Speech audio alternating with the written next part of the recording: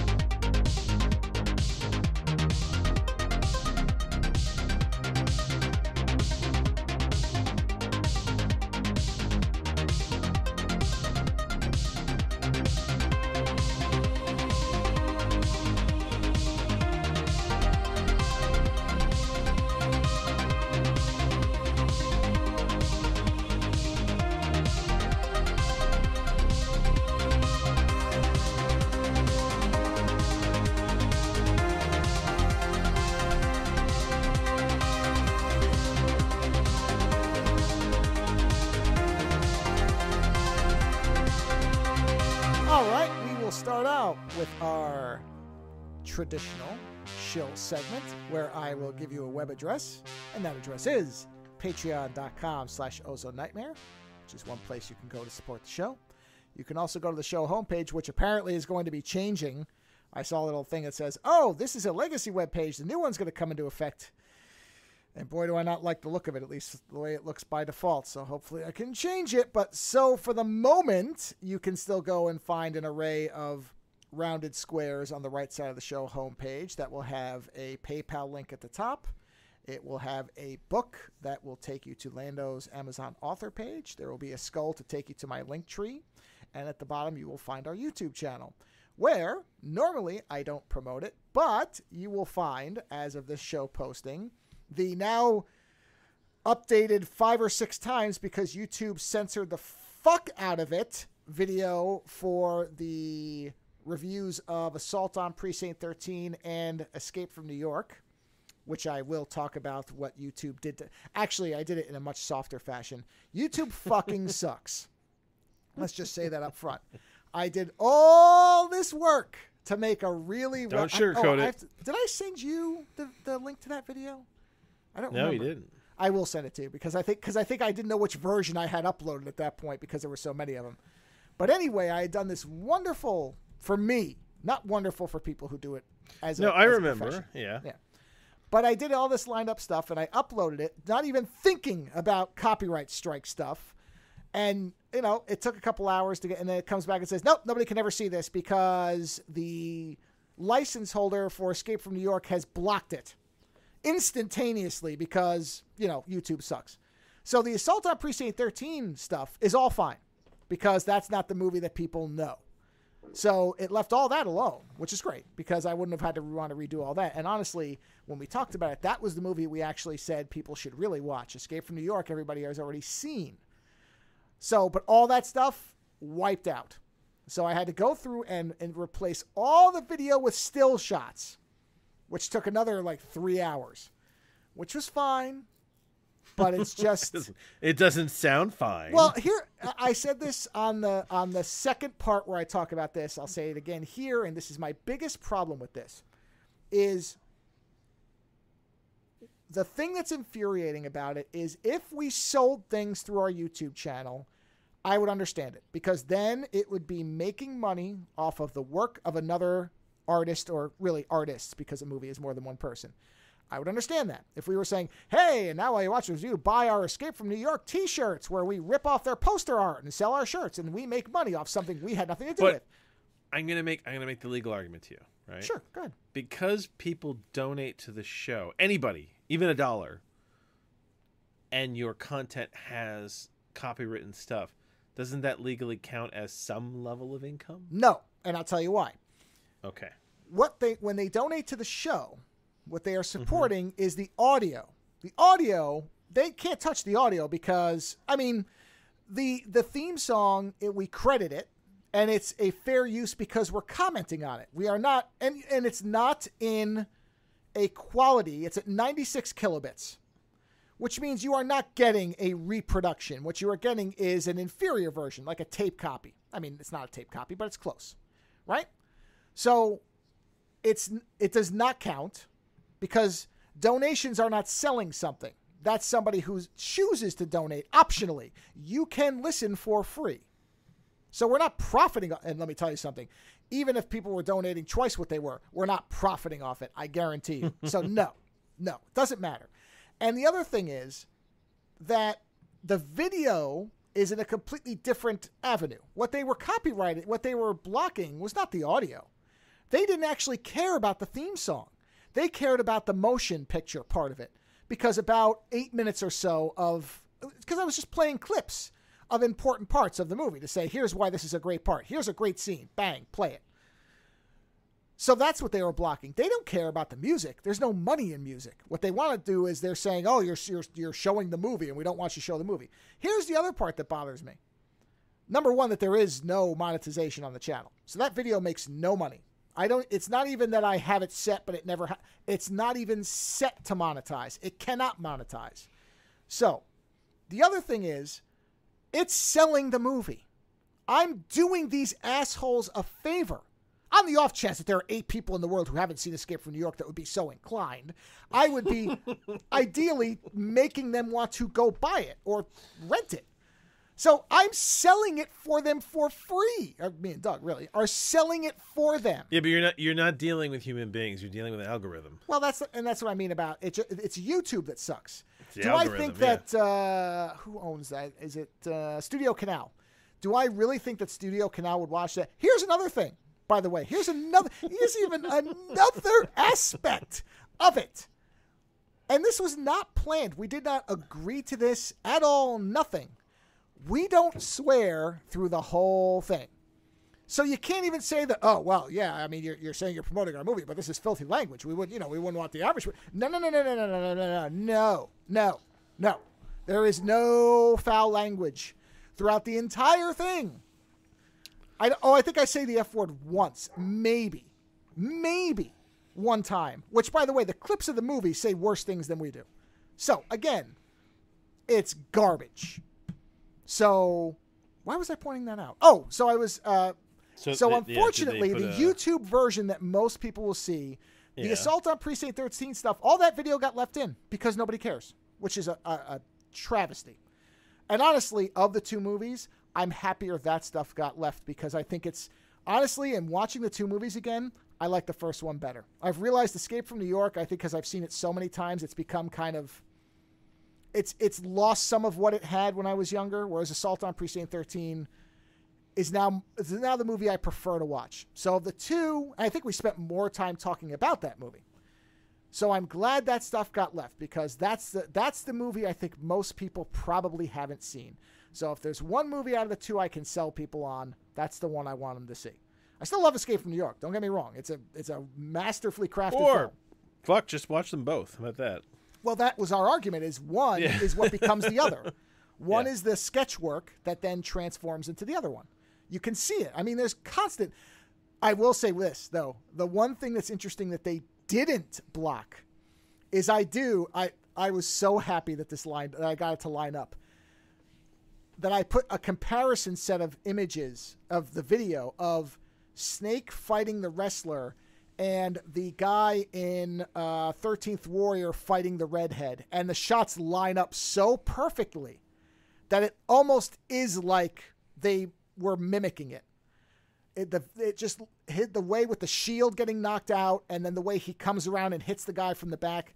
I mean, Snake doesn't decapitate the wrestler, but everything looks very the same, like almost like it's a reference. That special effect was too expensive. Well, yes, it was. Yeah.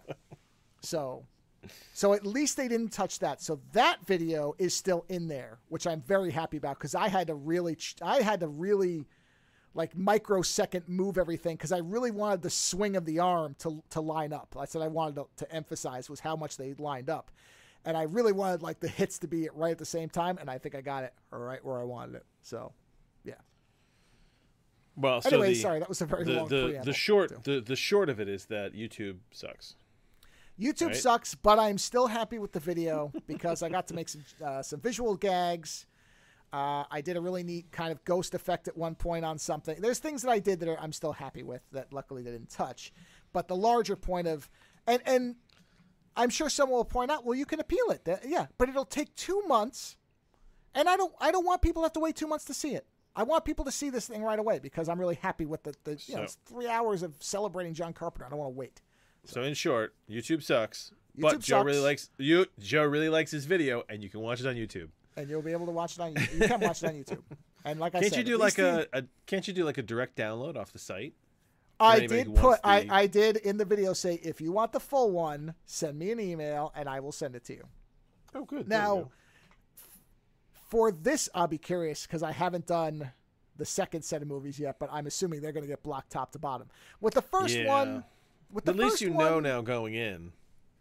Right. So I'm still going to do my normal video with all the motion in it. I'm going to do the actual video clips, but I'm doing the stills first because that's the harder thing to do. It's just some scenes where they just work so much better in motion than they do with stills. There's some things where still images actually emphasize what we're talking about better. Well, what if what if you change the images at all? Because I mean, I see that sometimes where they'll shrink the image, or they'll put a frame on the image, or they'll put something across the top of it. I thought about that, but I'll tell you what my problem is. If you put like an Ozone Nightmare ghost across the top of all the video. You know what I thought of doing? I thought of putting the Laughing Man image over the faces. Ooh. And I might still do that. Yeah. Everyone but the lead, right? Well, you have to have the lead too, or it won't matter. Okay. They'll key in on that. Okay. No, yeah. Let me tell you something. I realized at one point that not only was it, and it is the video because I had uploaded a version without audio at one point accidentally, and they still blocked it because all they saw was the imagery. So it proves they don't care about the audio. Yeah. They care about the imagery. It's stupid. But for all the other ones, so the direct download for the first one, honestly, everybody, you're going to get the most out of it without having to have the video part because Assault on Precinct 13 was preserved. Most people listening to this show already know Escape from New York. There's not much you're going to gain out of that one.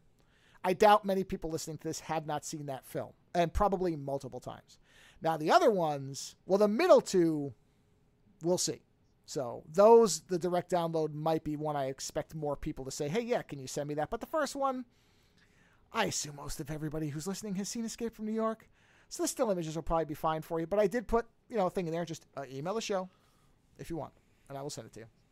So anyway, that's my thing. So I will say, unlike most of our YouTube content, which is not necessarily my finest editing efforts, if there's any at all, that one I would say go listen or go watch because I did put some work into it, and I think people would enjoy it.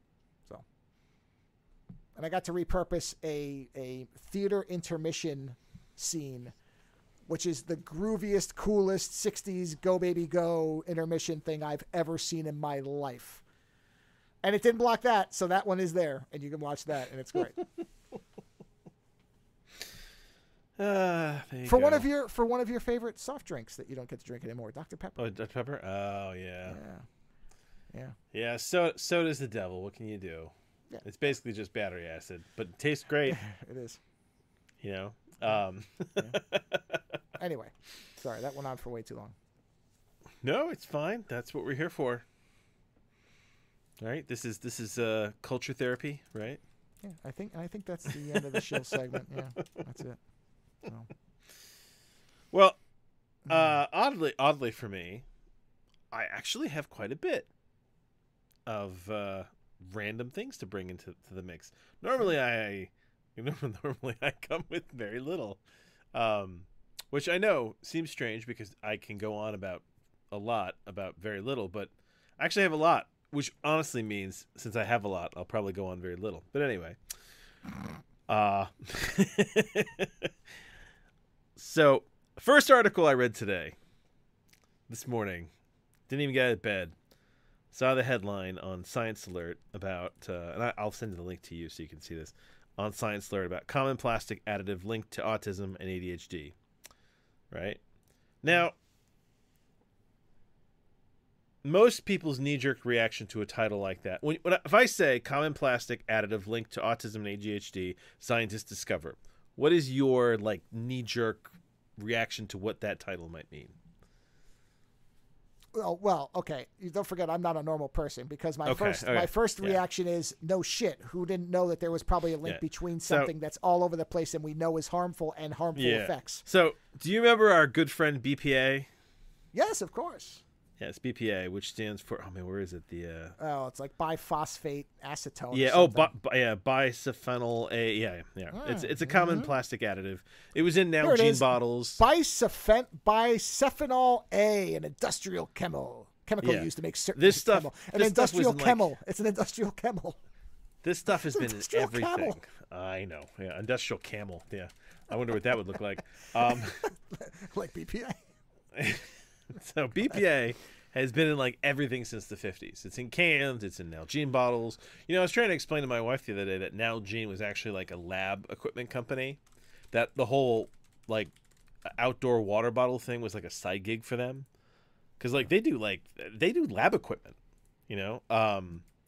I have notebooks. If you ever want to see a really cool notebook, get a Nalgene plastic notebook. It's a paper that's been mixed with plastic that is water resistant. Like you can literally kind of like, if you have a waterproof pen, you could write on it like in the shower. It's fucking awesome. I love that. If you also want records to last for goddamn ever, and it's a spiral notebook. Spiral notebooks usually fall apart. Man, I am pretty sure that when I worked at Brookstone, we sold some overpriced version of that. I'm 99% Man, sure I only discovered it because at one point I was looking for something. I was looking for something that was Nalgene based, but something else, and I discovered they did notebooks, and I was just so curious to be like, well, what the fuck does that look like? And it turns out it's pretty fucking awesome. But anyway, it's a terrible opener to this, because this article was all about how BPA is still bad. I mean, that's the short of it. Hey guys, BPA still bad. Now, our friend BPA. Well, by the way, not to mention, before you get into this, that in the first paragraph, the last 5 words, basically, it's number of kids being diagnosed with autism spectrum disorder, and that's as new study points to the common plastic additive BPA as a potential reason why, which those 2 words could be applied to. Oh yeah, no, this is a correlation, and that's why I wanted to bring this article. Correlation and not causation. Exactly, this is a correlation article. What these people have discovered is that children with ADHD, children with autism, could not clear. This is what they're saying. They could not clear BPA and another similar compound called, just DEHP, with as much efficiency as other kids, potentially leading to longer exposure to their toxic effects. Now, the problem with BPA is that BPA is a hormone disruptor, right? So, if my mother spent years with BPA, but she didn't encounter it till she was much older. Right? So it didn't affect her as much as it might affect others. Whereas when you have young children who are encountering it, and they encounter quite a lot of it, it can mess with your body. And if you're receptive, I mean, that's the other thing too, is like, not everyone's receptive. Why does not every child have autism? It's because not everyone's receptive. It's the same way that some people smoke cigarettes their entire lives and never get lung cancer. Some people smoke like, a cigarette once a week and they get lung cancer. Some people are more receptive than others. It's the luck of the draw in your DNA. But BPA, before this, we knew was a hormone disruptor. We know that it messes with kids' hormones, and it's one of these weird things that there is a... I'll get there in a second. There is a weird argument that part of the reason why there is so much trans activity in the present day is because of the amount of BPA that was in basically everything. And it's a tough thing to study.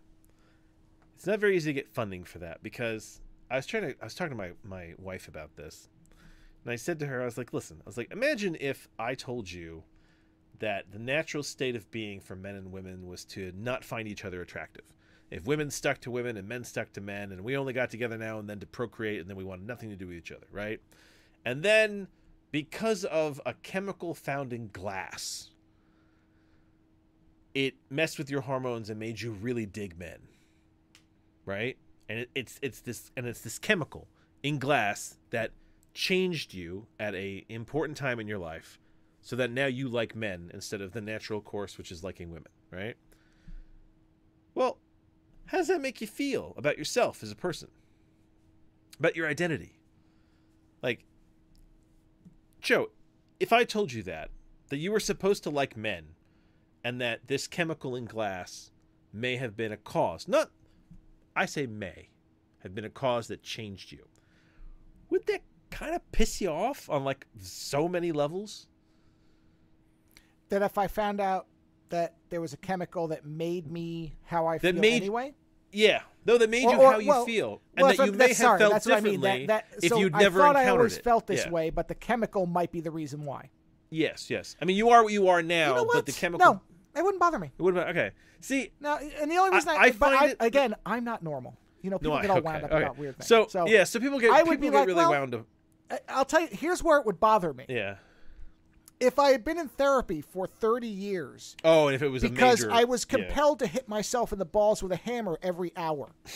Okay. And they couldn't work out why. And then somebody came out and said, oh, yeah, it's because your mom used a glass bottle to give you formula when you were younger, and they knew about it all along. So, then I'd be on the lawsuit path, because I'd be like, this is the reason my balls are flat. You fucking assholes. BPA is a hormone disruptor, and there have been theories in the past that part of the reason there are a lot more trans kids today than there were when I was a kid, right? I'm not saying there were none. I'm just saying there's a lot more now. Listen, there was still autism when I was a kid. There's a lot more of it now, right? And you kind of sit there going, well, what's the difference? Why is there so many? And it's like, well, it could be environmental differences. I personally have always thought that homosexuality is nature's way of basically saying there's too many of you. Well, like, can I ask a question? Yeah. Do we know that there are more? Let me finish that statement so people don't think that I'm being like hateful. What I mean is, I think that nature, when it feels like there's too many of an animal, the environment, this is like kind of like gets into the Gaia theory, kind of steps in and goes, okay, sure. You two, y'all have fucked enough. Now you need to settle down and stick with your own, right? And then it's like, okay, because women can't get women pregnant, men can't get men pregnant, we can fuck all we want and not overpopulate the planet. I honestly think that homosexuality, on some level, outside of good pregnancy, what do you call it, birth control for women. I was going to say prophylactic use. Yeah, prophylactics and good birth control for women is the way of the future. And since the Republican Party doesn't want us to have prophylactics, maybe homosexuality is the only thing that's going to float their boat, which is very funny in itself. That is not me saying, of course, that homosexuality is bad in any way, shape, or form. I'm just always trying to find out the why of things, Sure. And I ask these questions of myself as well. We've talked about this many times, this idea that, why do I like ass? I love the behind of women. I do. I cannot in any way, shape, or form act like that is not something that I like quite a bit. But I've said before, I don't know what the hell you do with it. Because it's beautiful to look at. I love to grab it. But otherwise, it's not the thing you don't fuck ass cheeks. Right? But I see them and they flare that in my mind. It's the same with people who have a foot fetish. Right? You're not technically going to fuck the feet. I mean, I suppose you can get jerked off by feet, right? But the foot is the turn on that leads to something else. Thinking about the feet.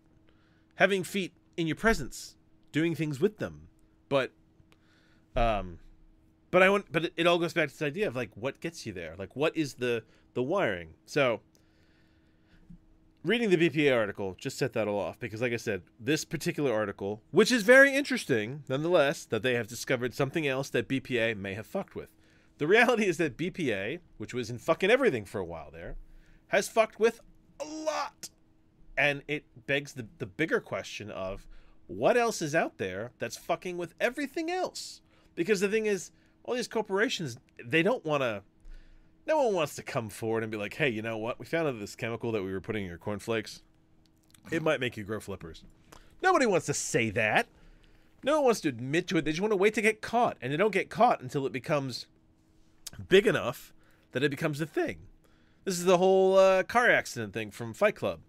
You know, if if the amount of money you have to pay out for all these lawsuits doesn't outweigh the price of a recall, you don't do a recall. Yeah. Right? That concept, I love the fact that they kept that concept in the movie and put it front and center, because that concept runs through every single product in your existence. Everything you drink, everything you wear, everything in your life. And you may sit there and say, "This, that doesn't matter with my computers." It does if the plastic the plastic they use on your keyboard, for example, is so toxic to you that just the tapping on it can cause you to have hormone disruption. I'm not saying that's what it is, but it can be. You know what I mean? Like, I did not think that plastics could mess with your hormones. And the other thing is, we're more full of plastic today than we have ever been before. And that they have tested for that. We have more plastic in us now than we've ever had, because there's more plastic out there. Oh, no, that part I believe. Yeah. I whenever I hear some of this stuff, the curious part to me. Oh, is there more trans people? Right. Are there actually more trans people? And there always have been. This is the thing. But homosexuality, is, a transsexual, no, of course, all of it has always been with us. There's always been an aspect of it in human society. This is it's not new in that respect. I just wonder when people say, "Oh, it's more like autism. We're discovering it." Is it because they're diagnosing it? Is it because they didn't used to test for autism? That is the question that we should. I don't know. I'm not saying yes or no. I honestly don't know if we really know.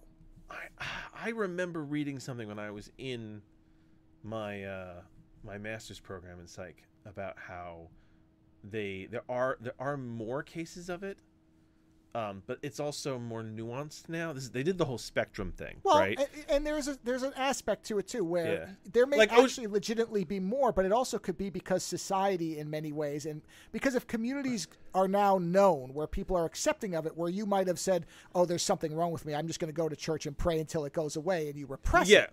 OCD used to be its own thing, right? Right. Yes. Now it's an aspect of. But now it's on the autistic spectrum. Right. But the problem is, in making, honestly, I never understood why they did this. They put everything on this autistic spectrum, and I'm kind of sitting there going, why would you do that? OCD was already its own disorder. Like, why would you? I hate the latest version. Would you like my cynical theory on that? I hate the latest version of the DSM. Go on. Well, my cynical borderline conspiracy theory is that there's too many cases. There's too many cases of autism. No, because then it can be used. Certain drugs can be used for it that weren't before, which means pharmaceutical sales. Yeah, that is one of the arguments. Yes, you could say that. It wouldn't shock me. Let's but put it that way. But you know what? But see, it doesn't really stop them, because there's a lot of. They're constantly trying to keep drugs in copyright. I know. And they'll keep folding around the use, because, like... Yes, that's why the Viagra reseller Romans, who used to have commercials on every podcast in the known universe... Yeah. Now, instead of it just being treat ED, it's, oh, you can treat ED. Oh, is your hair falling out? Oh, are you depressed? Oh, it's like because Viagra now is clinically treatable for so many things because whatever thing expired on it. Now it can be generic, so they had to find new reasons to be able to... Yeah, it's all... Okay, so how does Viagra stop hair loss? I don't know, but it does. I remember that whatever the thing was that made it so expensive lapsed. And then once it lapsed, suddenly, Viagra was now usable. Yeah, I'm telling you. Viagra, hair loss. Watch. Probably because it says it stimulates testosterone something. I'm sure they said it. No, because it messes with blood pressure, doesn't it? Well, hey, listen. Here we go. Does Viagra affect hair growth? No definitive answer, but some people have experienced hair growth as a result. Jesus Christ, some people is never take anything based on the some people argument. Wow. Listen to this word salad. Now, I'm sure if you work... No, not word salad like bullshit marketing. In other words, there's lots of big words here that make... I will sound smart saying this. Okay. Sildenafil, a PDE5 inhibitor, increases the intracellular level of CGMP, which causes the release of vasodilation inhibitors like neuropinephrine. It is unknown what effect it will have on human hair follicles, human dermal papilla cells, HDC-PCs, and human embryonic stem cells, and are both... Yeah, see? This makes me feel like I've just called phone sex and said, talk nerdy to me! Yeah. Yeah. Anyway. And I think, so here, by the way, is the answer to your question about how can Viagra have any effect. There has been, this is going to circle right around back to your article so you can take right over, is because there is a link that has been seen between erectile dysfunction and hair loss. So there again. Wait a minute. Causation or correlation. You have hair loss?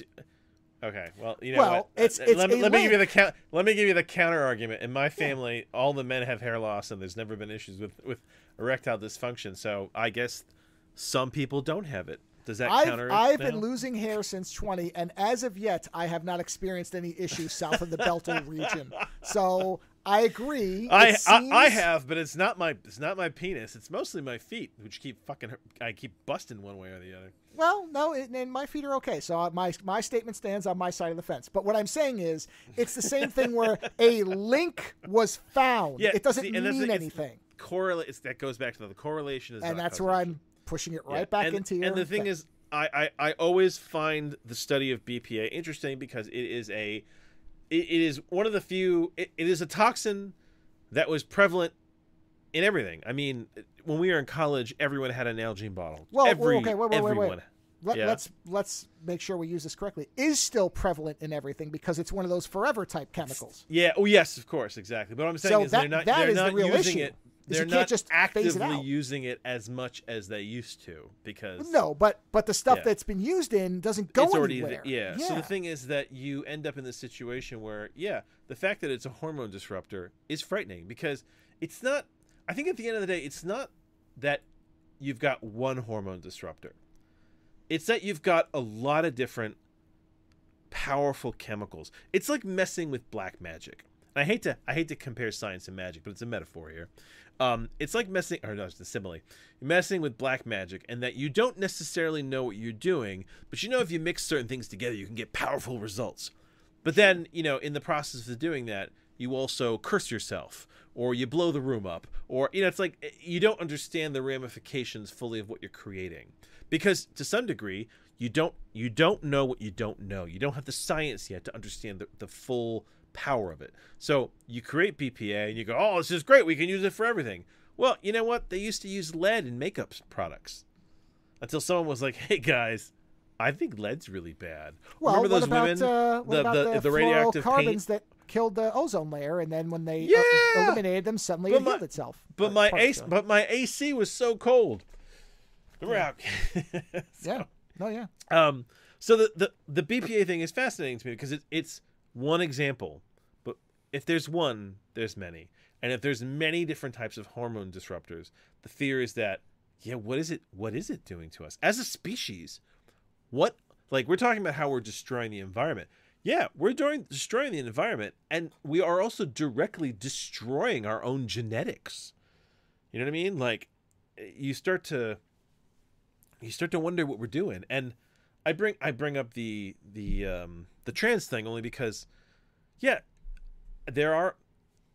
it's far more prevalent now than it was when I was younger. It's not that it wasn't prevalent.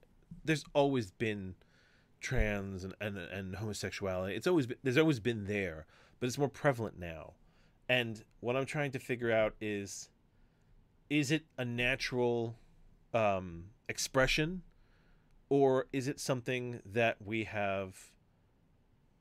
created? And I don't mean that in like the problem with this kind of research is I'm not putting blame. I'm not sitting there going, because trans people are bad. I'm not saying that. I'm just saying that it'd be good to understand the why of how these things are affecting us. Is it just cultural? Like, have we culturally done this? Or is it like is it the culture struggling to deal with the biological fallout of something that has done to itself? Or is it both?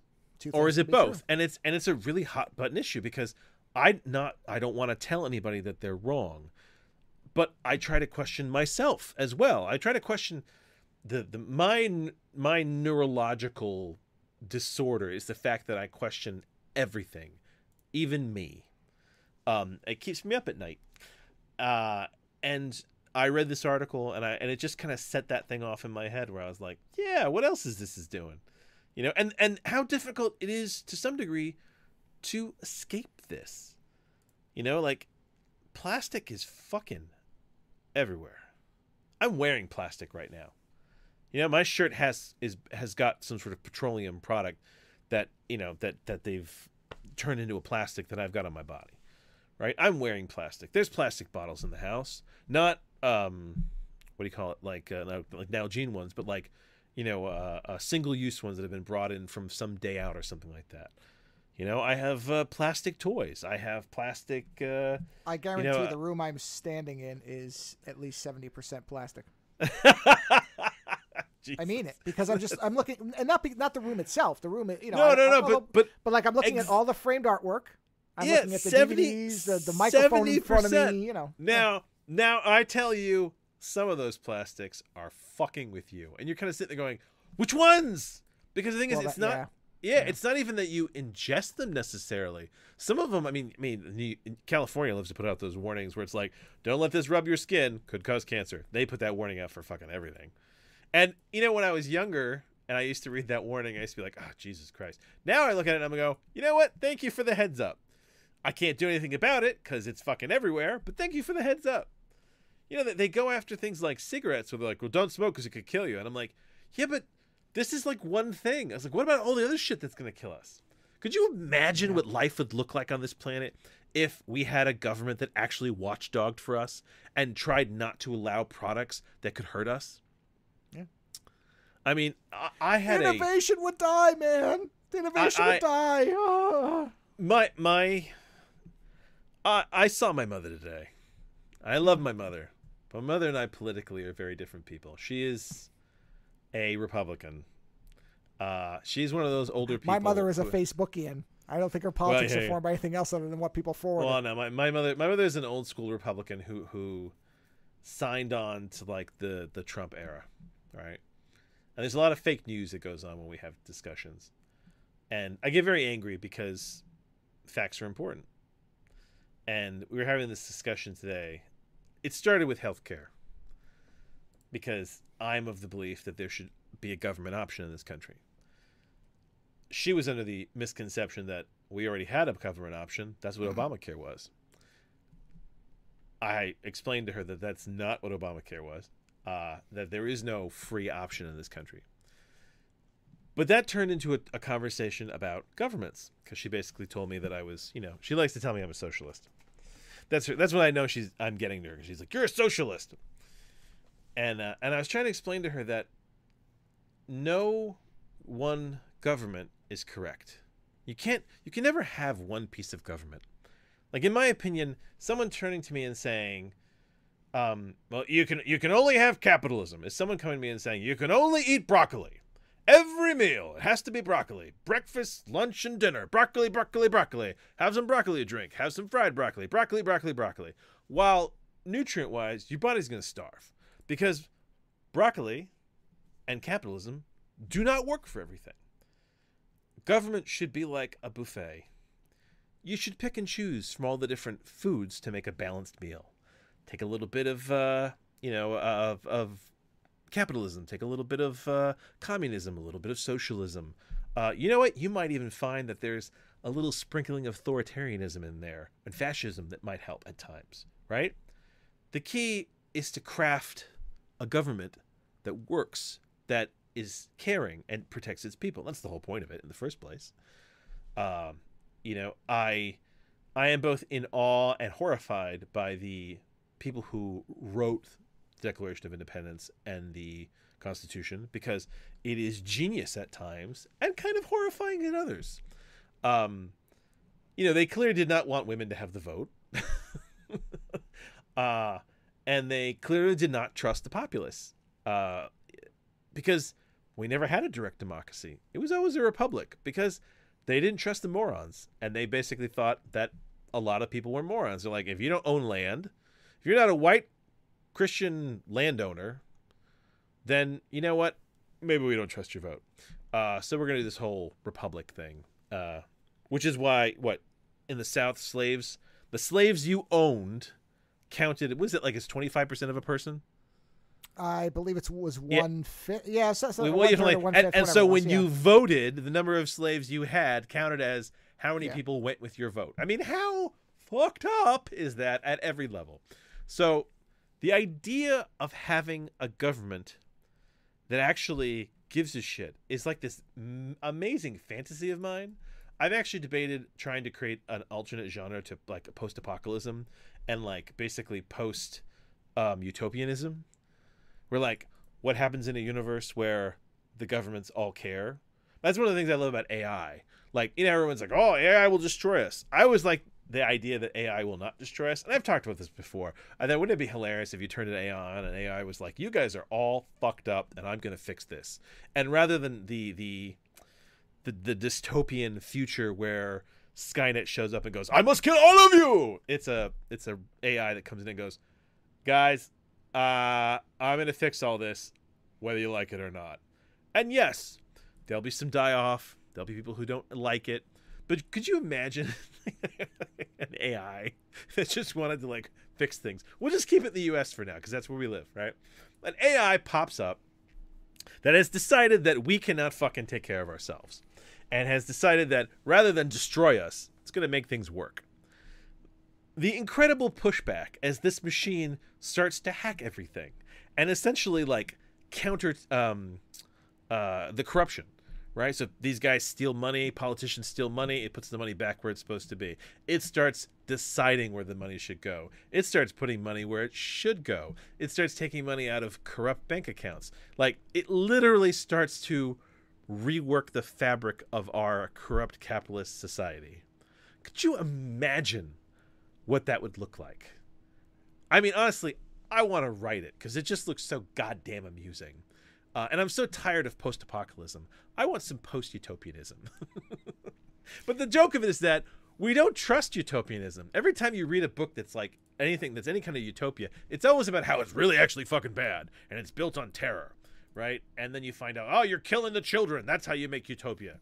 But nobody has any problem with post-apocalypse. I always love that we're so sure that we can destroy ourselves, but no one believes that we could make an ideal world. So, I don't know where I'm going with it.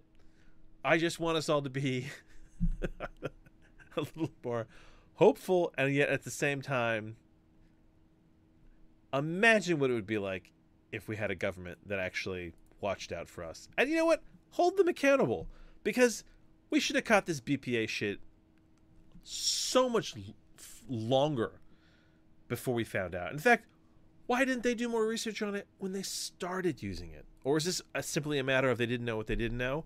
Because very often it's just a matter of they don't care. Anyway. I don't disagree with anything that you're saying. I know, I've worked myself up into a tizzy is what it is. So I'm gonna change gears. But I'll stick with digital. We were playing Baldur's Gate, I think it was last night. Yeah. And something pissed me off. Something pissed me off in that game, so much so it stuck with me. It stuck with me all day until I had a funny realization about it.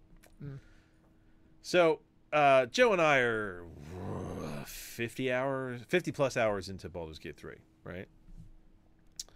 And there was this interesting moment where we got to Moonrise Tower.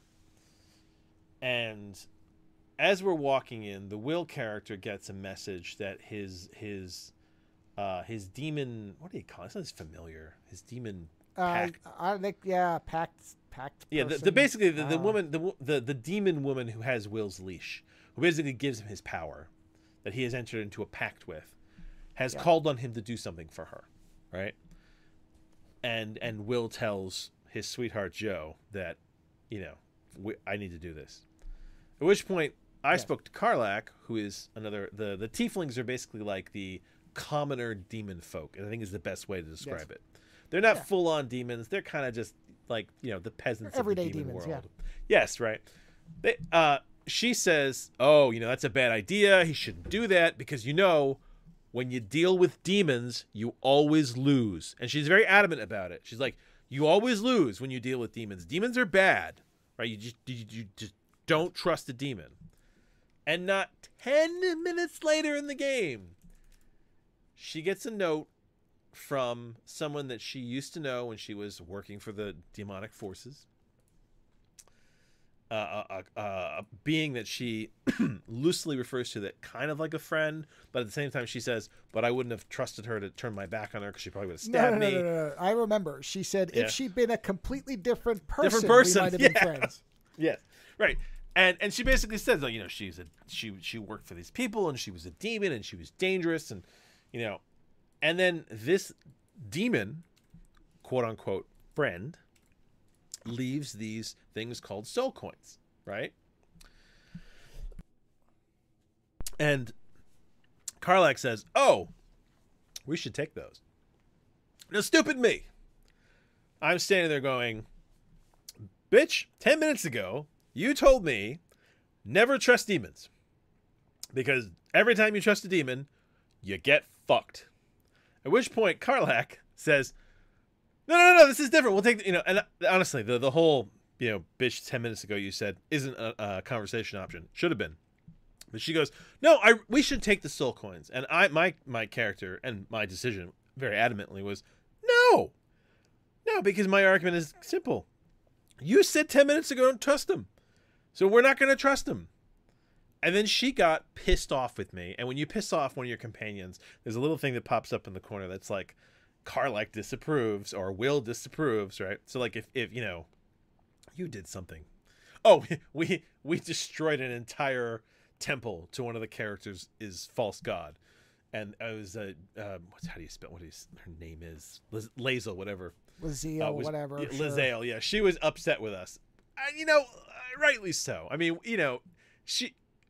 it is what she believes, and we did blow the place up, but to be fair, they were all dead anyway because we'd killed them. She wasn't angry about that. She was more angry that we blew the place up than the fact that we killed everybody in it. But, nuance.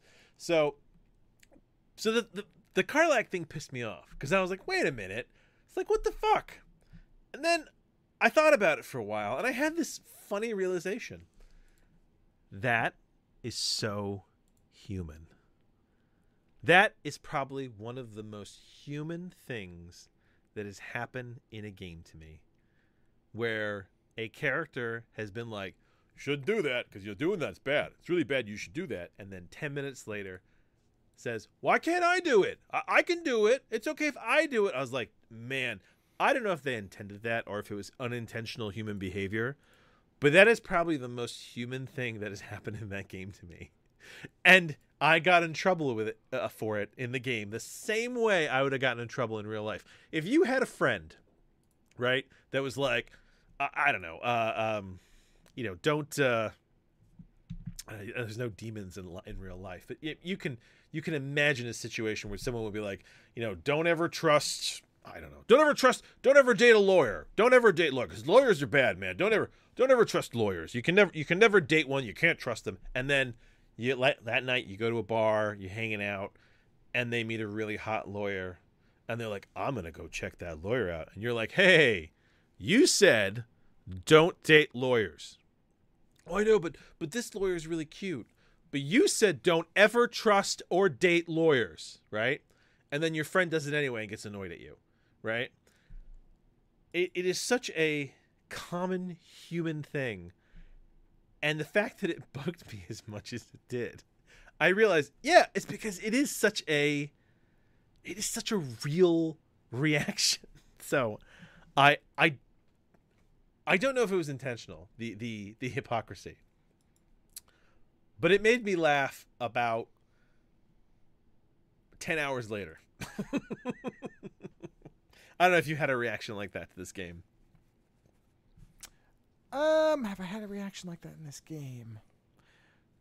Not really. No, most of my reactions are kind of instant in the game. There are things where, but not anything that I thought about later. Most of my stuff is generally in the moment.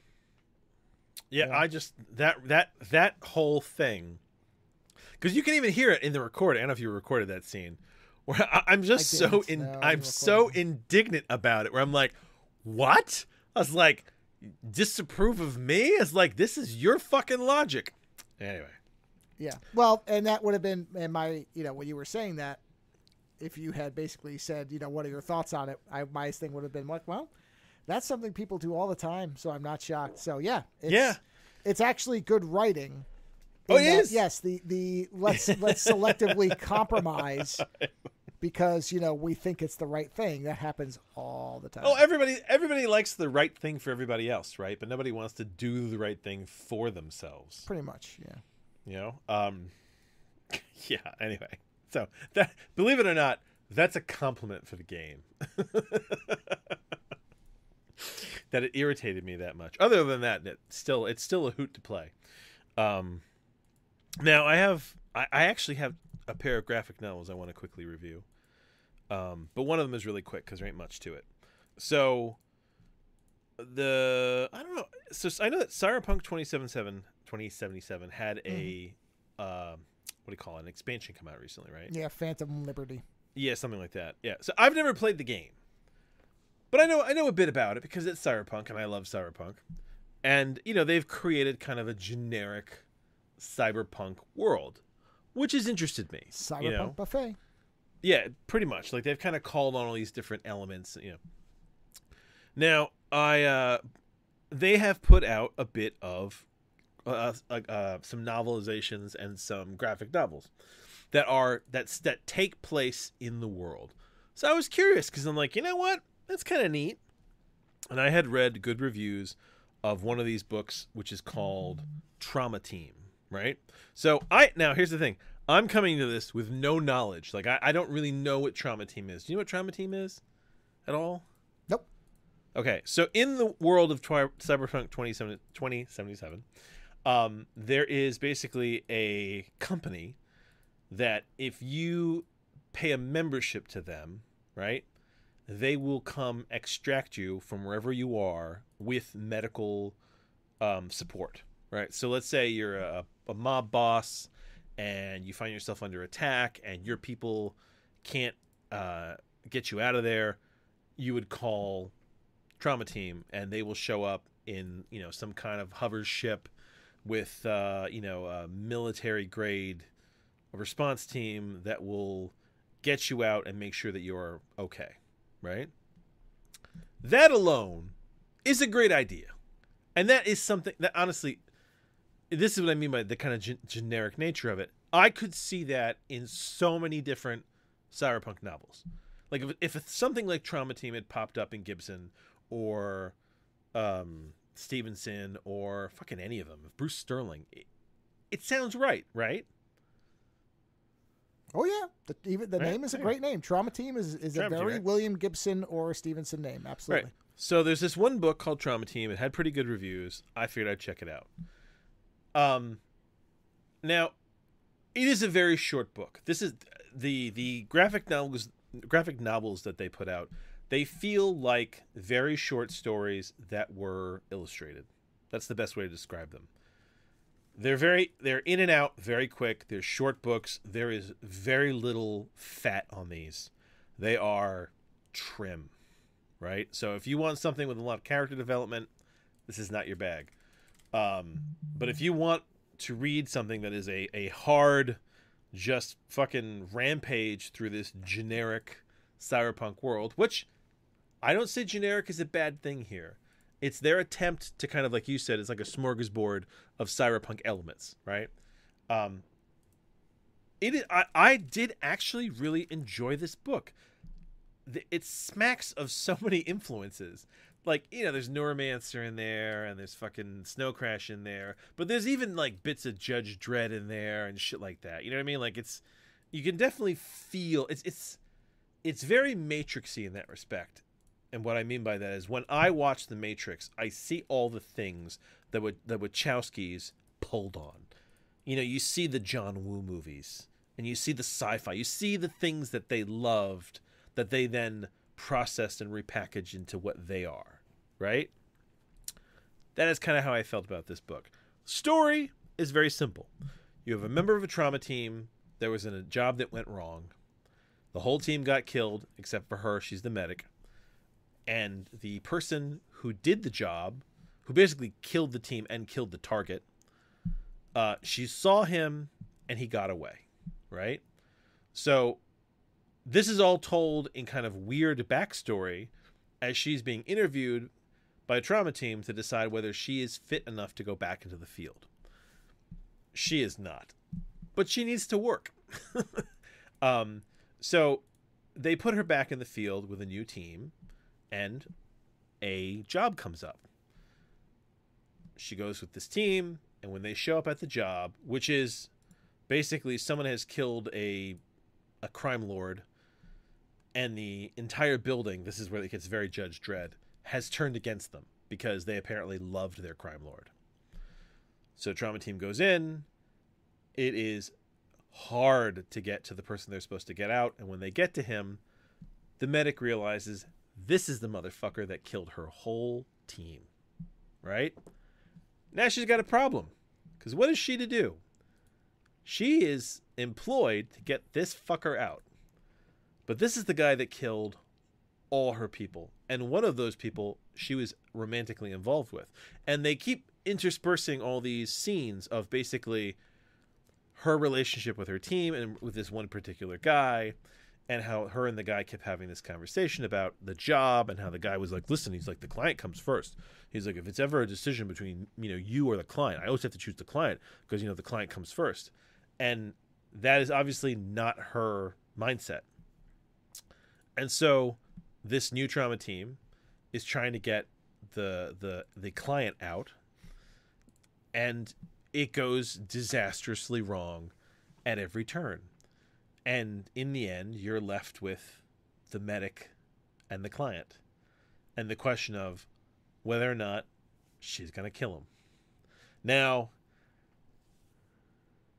I'm 90% sure that she kills him in the end. But they leave just enough shadow of a doubt that if you really don't want to read it that way, you could. But I mean, like 90% sure that she kills him. Like, even the last shot is very much the fact that I think she's blowing his brains out. But that's the book. It's a simple story, but the art is good. I like the world, and it was enough to make me be like, you know what? I want to read more about this world. This is kind of like Shadowrun. For those who know, Shadowrun was basically was it D&D that did Shadowrun? Or was it somebody else that did Shadowrun? I can't remember. Let's see. I think maybe Shadowrun was independent, but I could be wrong. Yeah, so I think it probably was based. Shadowrun was a role-playing game that was basically like fantasy cyberpunk. So you had like gnomes and dwarves and orcs and all this shit, but it was also like hackers and tech, and it was cyberpunk. It's fucking awesome. If you can read a Shadowrun book, there's still a few floating around out there. It's its own thing. It was. Oh, is it? It's awesome. Okay, yeah. They're totally worth reading. It is. It's not that they're good books. It's that it's a lot of fun to spend time in the Shadowrun world, especially if you like fantasy and cyberpunk, because they're an odd fit that's actually quite cozy.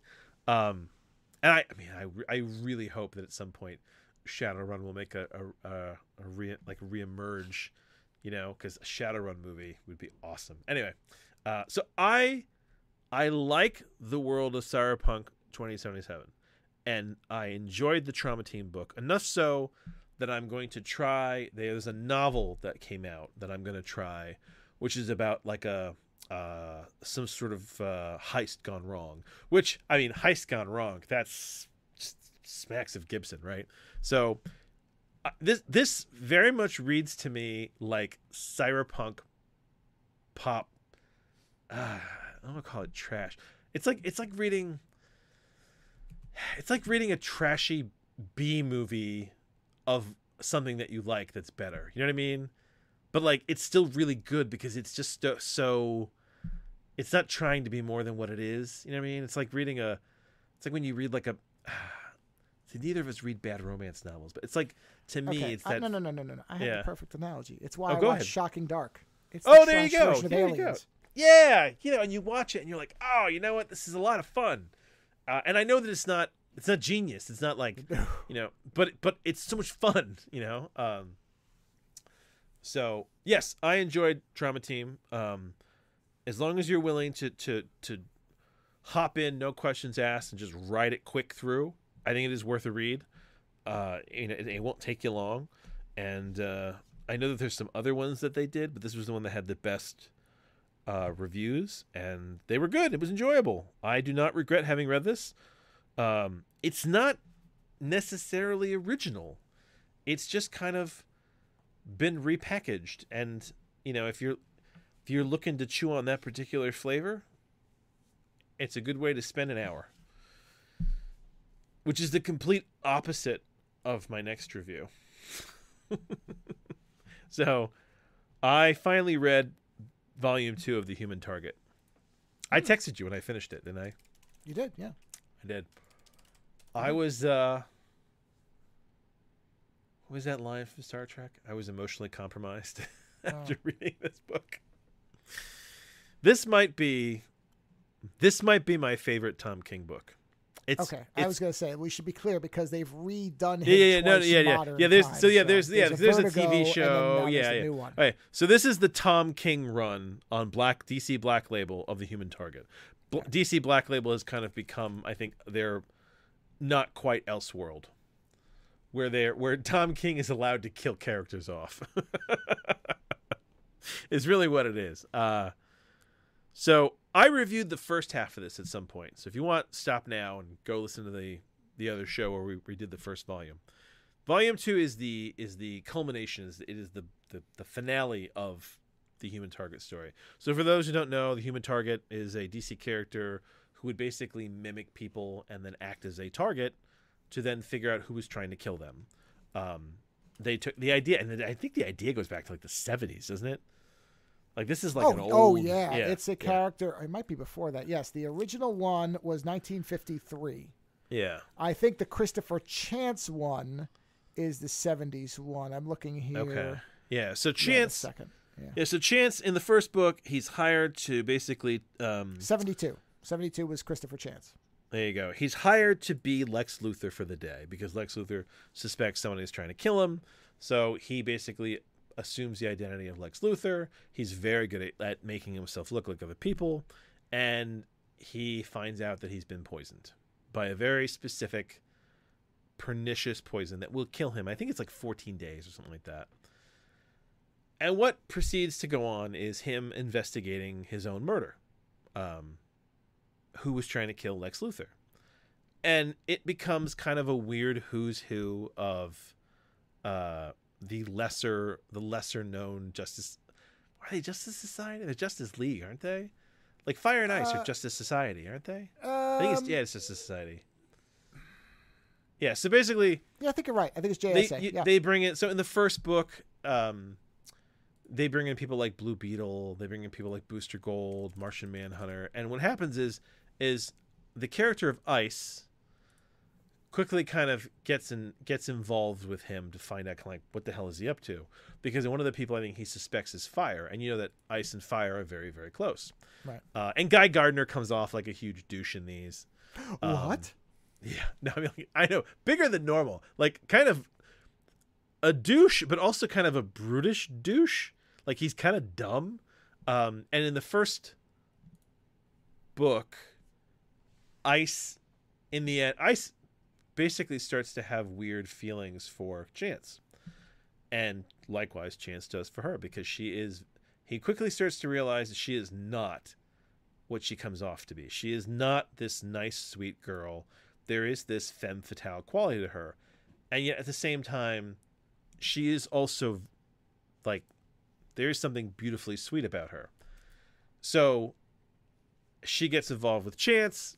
Green Lantern, Guy Gardner doesn't like that because apparently Guy Gardner has a thing for Ice, and they appear to kill Guy Gardner in Volume 1, right? So in Volume 2, everything gets unraveled. But I give it to Tom King. There's a whole chapter in there about how Chance thinks that Batman is following them, right? And so this whole like section is him trying to draw Batman out, because he thinks that Batman knows that they killed Guy Gardner. So he's like, oh man, he'll know by now. He's like, I know him. He's like, I've studied him. He's like, because Batman is another Chance type, right? I mean, in some ways, Chance is like he's like a Batman in that respect, where he's always got a plan, but it's on a much more sort of street level. But he thinks that Batman must know, so he's trying to draw Batman out. He's doing all this stuff. He doesn't want Ice to realize what he's doing because she's with him. And then at one point he realized, fuck. He's like, Batman's not coming. He's like, why isn't Batman coming? He's like, it's either because he doesn't know yet. He's like, which is fucking impossible.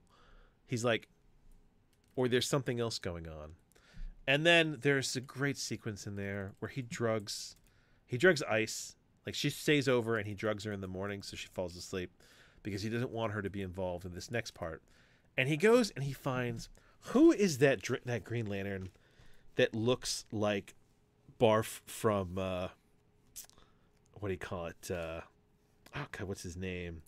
Barf from Spaceballs? Yeah, have you ever seen this? He looks like a dog.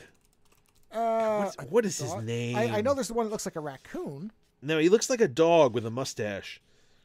What the fuck is his name? He's not Gnort. Gnort. Right? Gnort. It's Gnort. Yeah. Oh yeah. Okay, yeah. Gnort. Yeah. So the way they draw Gnort, I swear to God, he looks like Barf. Well, you know what? Yes. Now I'm looking at the classic '90s. Yeah, you're right. He looks like a dog with a mustache. He looks like a Yorkie. So Gnort is basically, the way they portray him in this is that he's a Green Lantern, but he's kind of a Green Lantern that's put out to pasture a little bit. He drinks a lot. He's kind of left alone. He's treated as kind of like a doofus, but they won't take his ring away. They'll put him on probation, and Chance realizes that Gnort might be someone who will help him. So there's a great chapter in there where he goes to visit Gnort, and him and Gnort get really drunk. And he convinces Gnort to help him, and Gnort takes him to like OA. OA takes him to the mission control of Green Lantern.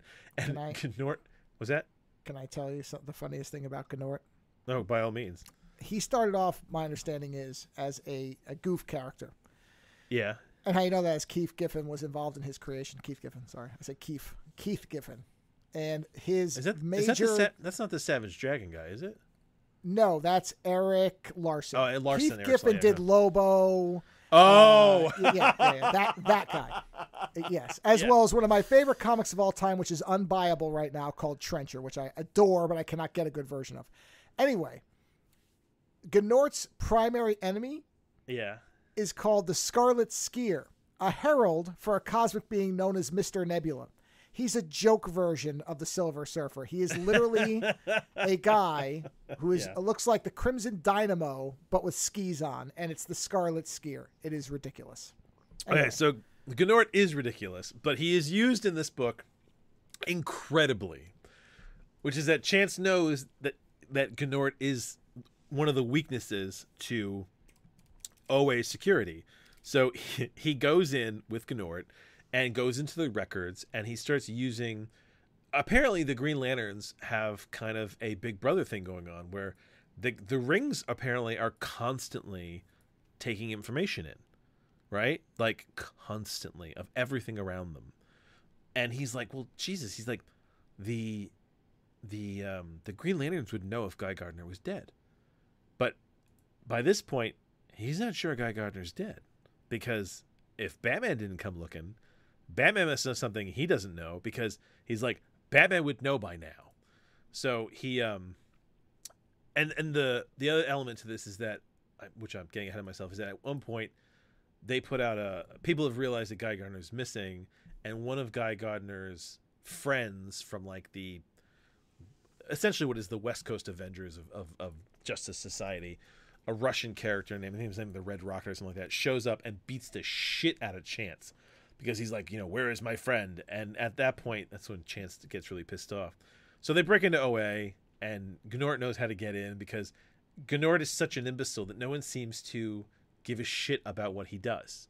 And he knows it. And there's kind of like this weird crisis to the character where he's like, nobody really cares about me. And he's like, oh, whatever, fuck him. And to the point of which that once Chance goes into the records and finds out that essentially Guy Gardner's alive, when they're trying to leave, one of the not the Watchers, what are they called, the blue meanies,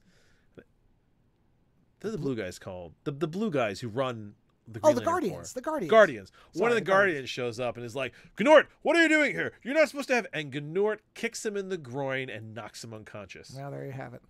And I'm like, right. I mean, I now love this character. Like, this simple chapter has made Gnort legendary. Because he doesn't give a shit. He goes, they'll probably put me on probation after this. He's like, I don't give a crap. And he gets Chance back to Earth. And now Chance goes and finds Guy Gardner. And basically finds out that he faked his death because Ice asked him to. And Ice essentially, like, told him that Chance was a stalker and that she just needed time to figure it out on her own and that he should fake his death and lay low for a while. Essentially, Guy Gardner was manipulated by Ice. And in respect, Chance realizes that he's being manipulated by Ice. But he doesn't want to let her know yet. And at one point he goes to interview Fire. And that's an interesting chapter because the whole time he goes by himself, and the whole time he's with Fire is coming on to him. And she is very all over him. And he's trying to question her. And like he won't give in. And at the end of it, you realize that she's testing him. She wants to know if he's douchey enough that he'll bang Fire because she's available. And he doesn't, because what you realize with Chance is that he is genuinely in love with Ice. And the problem is, as the story goes on, is you realize that, I guess here's the spoiler alert for everybody. But if you've been listening to this show for this long, it shouldn't surprise you. And honestly, you're pretty sure about this from about halfway through the book. Ice did it. Ice tried to kill Lex Luthor. She's the one, and the story basically is that at one point in DC Continuum, Ice was killed by some creature. And then they brought her back later on in one of their, universal re-ups. She was resurrected, right? And Guy Gardner at some point comes to her, and she couldn't take revenge because the thing that had killed her was long gone. Like, that event was over, that creature had been destroyed. But Guy Gardner says to her, you know what, I found out who summoned that creature to our world. It was Lex Luthor. He's like, Lex Luthor is responsible for the thing that killed you. At which point, Ice is sitting there going, I want to kill him. And so she was trying to figure out a way to murder Lex Luthor, but that would actually stick. She says the problem is you can't arrest the guy, and no conventional attack on him will work because he'll always see you coming. So she was like, you got to do something that he won't. Something like a Fire convinces her, like, you have to do something, because Fire was also in on it. You have to do something that's so pedestrian that the likes of Lex Luthor wouldn't think that somebody would be so stupid to try that. Like, poison me? Really? And so she gets this poison, and she gets it by using essentially access from Booster Gold and Blue Beetle and Martian Manhunter. Inadvertently, they don't realize what they're giving her access to, and she gets this very powerful, alien level technology poison. Problem is, she gave it to Christopher Chance, right? And now he's gonna die. And what I love about this book is that you figure out that she did it, but the thing is, you're kind of sure, you kind of know she did it at one point in there. But the thing is that Chance is actually, because he realizes he's dying, he's actually fallen in love with somebody. And it's like the book is so noir. Like, it's such a detective book. And at the same time, it's like this, it's so, I hate to use the phrase beautifully sad, where like Chance knows he's running out of time and he just wants to be with this woman. And he talks about how his father took loans and started betting because he wanted a better life for his kid. And at one point things went south, and he remembers his father begging the assassin not to kill him. And Chance was telling me how, like, it always bothered him, his father groveling. And then when he's talking to Ice, he's already told her he knows she did it. And he basically says to her, he goes, I realize now he wasn't groveling for his life. He was groveling for more time to be with me. Because he loved his son. His father and him, like, his father really loved him. You know, this isn't one of those daddy stories where he's like, my father was abusive. His father loved him. And I guess in that respect, it's very Daredevil, right? Daredevil's dad loved him and then was taken away.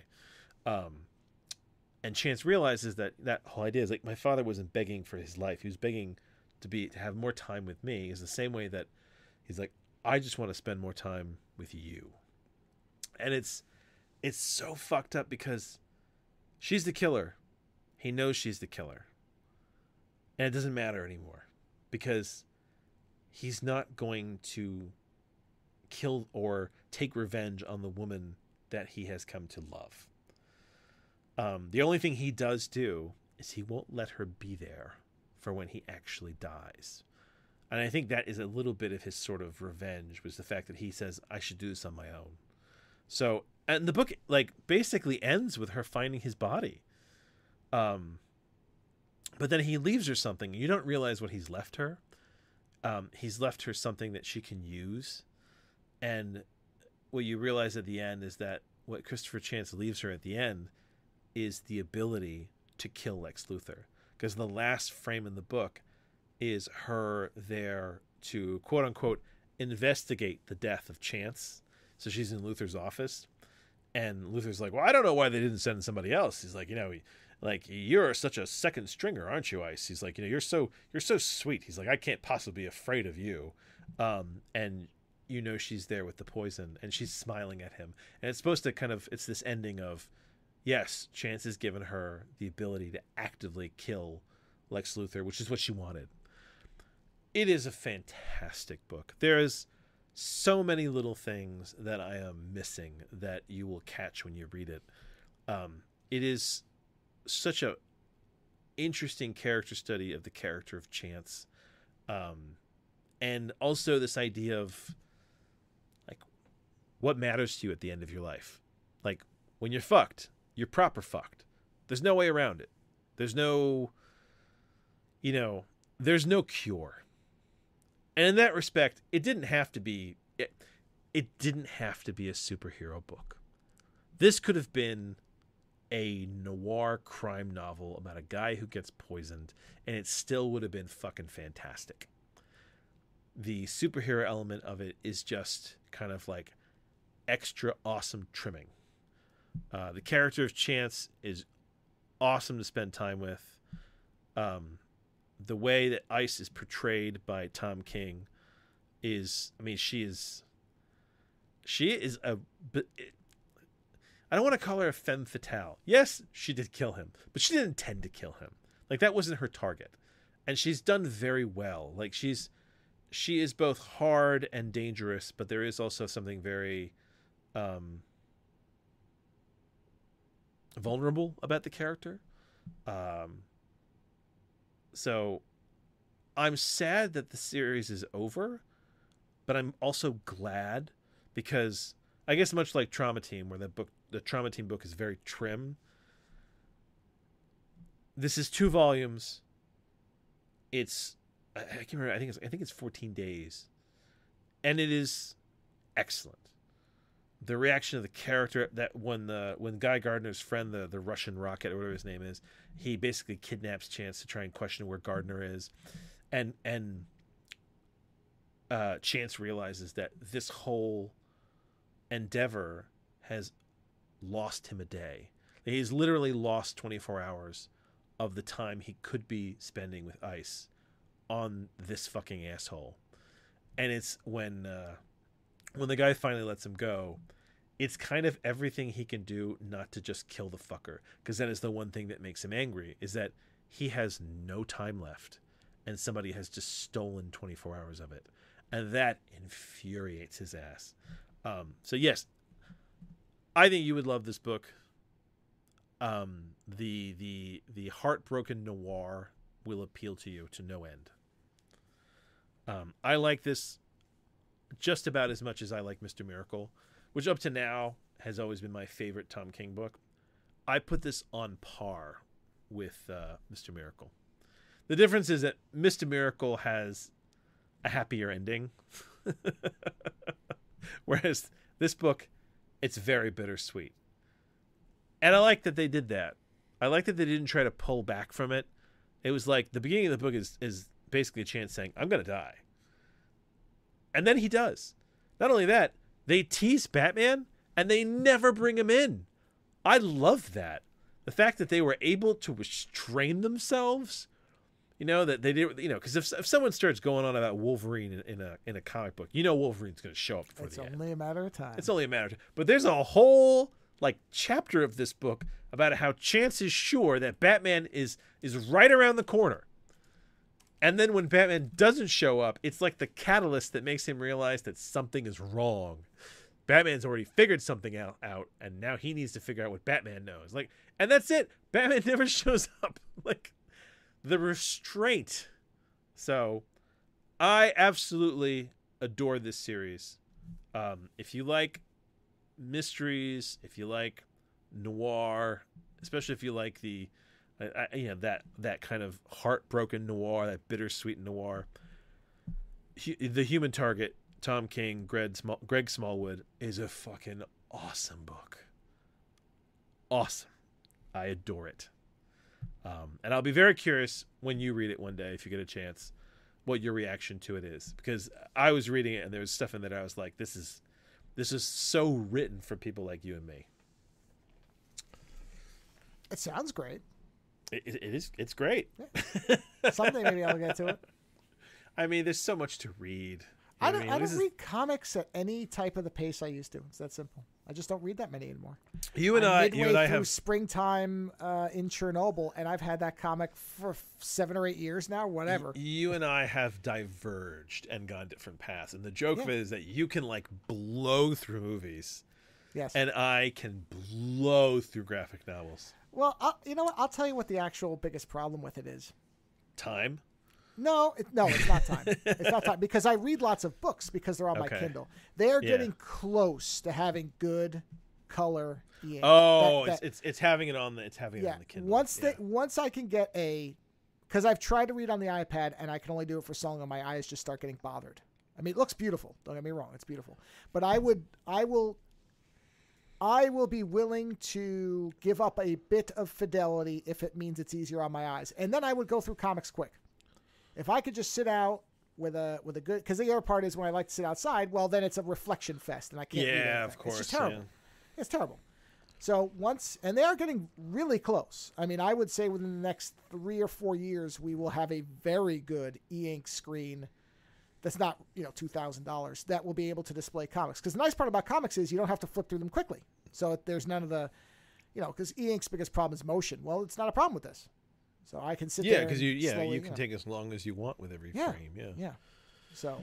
Right. Yeah, I mean, and eventually, honestly, if it gets really good, then they'll start reframing comics to meet the shape of that kind of device. But at some point, somebody will make a comic reader that is comic book shape. That's fine. Yes.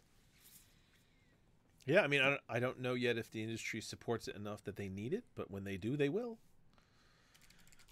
Oh no, there is a high demand for color e-ink, and it is being worked on. I mean, that's because not even so much for the content, but because it lasts so long battery wise.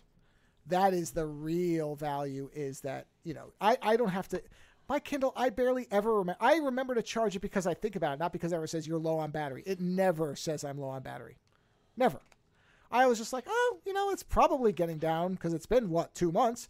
Let me just plug it in. And, an hour later, it's like, fully charged, ready to go for 3 years, sir. I'm like, all right, good. Let's go.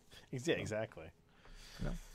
So, yeah, I still like reading hard copy, and there's still plenty of it. But, man, it's getting harder. Yeah, it is getting harder to get. I still buy hard copy. I just don't read it that much anymore. But when something's really good, I just bought the Dune book, the oral history of Dune. I bought the physical, very nice edition of it. And I bought it on Kindle. That's how I'm reading it. It's so okay. I'll tell you why. Okay. It's the same reason I like having a copy of Snow Crash. And, The Divine Comedy, because when you become too dependent on technology is when it fails you. Oh yeah.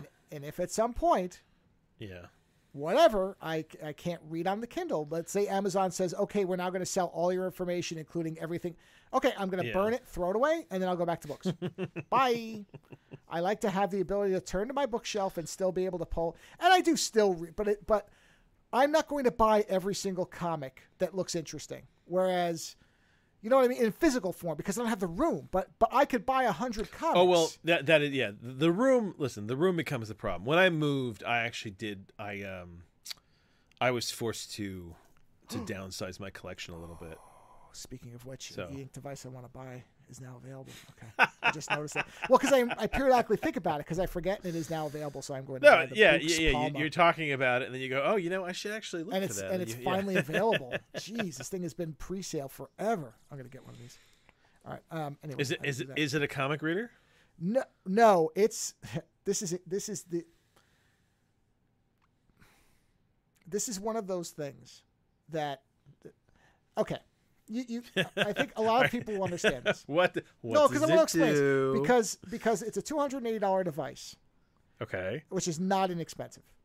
And for some people it is literally an e-ink Wi-Fi phone. It's a e-ink Android device. Here, I'll send it to you. It's called the Books Palma or box. It's a phone? Well, it's not because it doesn't have a SIM device, but if you put it on Wi-Fi, it is. You know what I mean? It's a phone-sized e-ink device. Now, this is one of those things because this is such a specific type of mindset I have, or maybe it's not. Sometimes I think only I think this way, and then I find out, oh no, lots of people think this way. I have an extraordinarily harsh, bright as the sun, shining line that comes down. I'm making the motion with my hand like a knife that comes down in my life between what I use my phone for in terms of work versus personal. I will not install anything for my job on my phone, ever.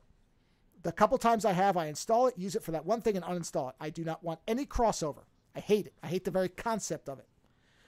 But I recognize that there are things that are very useful if I had a pocket-sized device that I could use for work stuff, but I don't want to cross that line.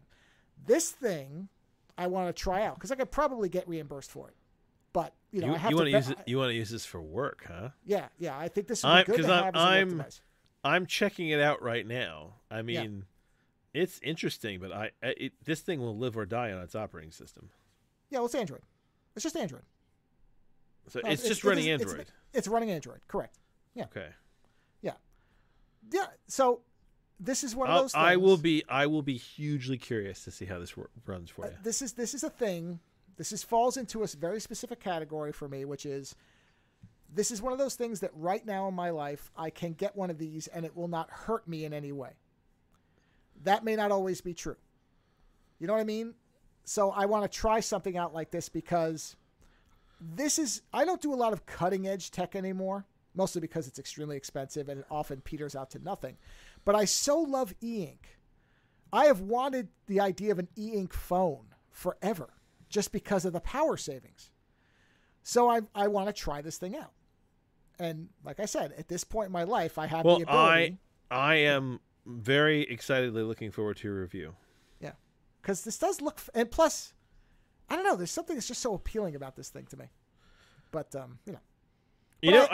I read so much it's something on my that, phone. If a year from now, I might not be able to afford to buy something like this. So it's like, I can now, and I'll use it, so I want to try it. I read so much on my phone that for me, having the Kindles are getting bigger and bigger and bigger and bigger. There is a part of me that would go for a handheld Kindle-like experience, just because I'm on the go. This is my mother today when I spoke to her was talking about how she's getting rid of a shopping bag full of National Geographic. And I was like, well, did you read them all? And she was like, well, no, I just read the main articles. And I was like, why didn't you read them all? She's like, she goes, who can get through a whole National Geographic? And I was like, I do. Oh. And she's like, whoa. She's like, when do you have the time to do that? And I'm like, well, I was like, and this is the tip for anybody. Keep a folded magazine in your car. You'll find that you are often waiting places and have 5 minutes, 10 minutes to just sit and read. Just fold the magazine up. Unfold it when you need to read it. You're going to find that you'll get through a lot of magazines So yeah, I have read a lot of National Geographic cover to cover. So anyway, the other reason yes. I want to try this is because of what I just sent you, which is they make a color large tablet. Now I'm not willing to spend that much to test out something. Color, I don't think color e-ink. Yeah. Yes, but I don't. It's not quite there yet. So if this thing is good as monochrome, it tells me the device is. How do they get the color?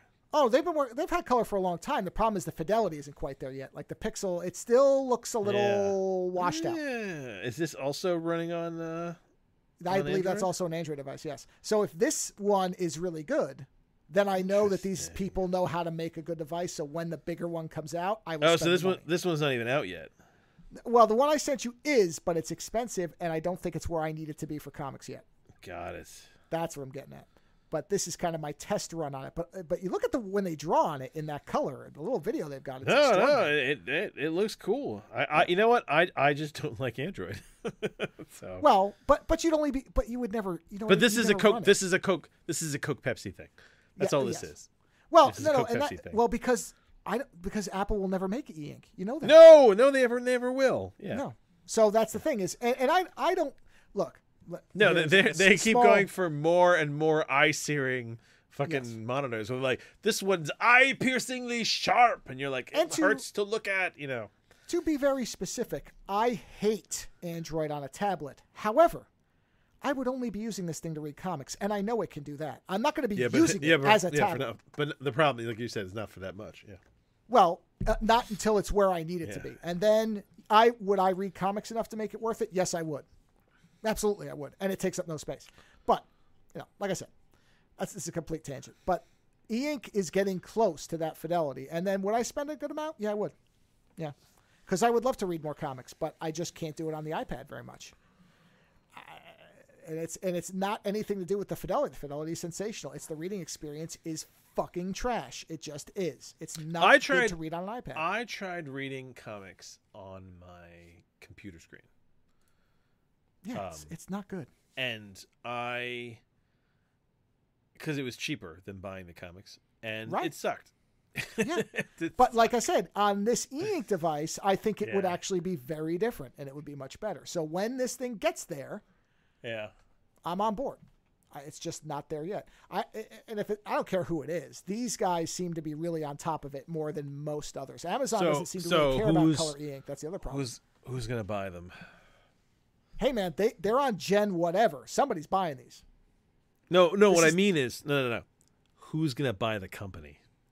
That's usually what happens. Well, who cares if the underlying company's solid? I mean, I'll when it comes to comics, I am utterly agnostic. Because I don't have any ecosystem. I wouldn't put it buy-in. past Amazon to be like, they've got a color Kindle screen. That means we don't have to do it. I hope they do because whatever. I hope somebody keeps this going. I don't care who it is.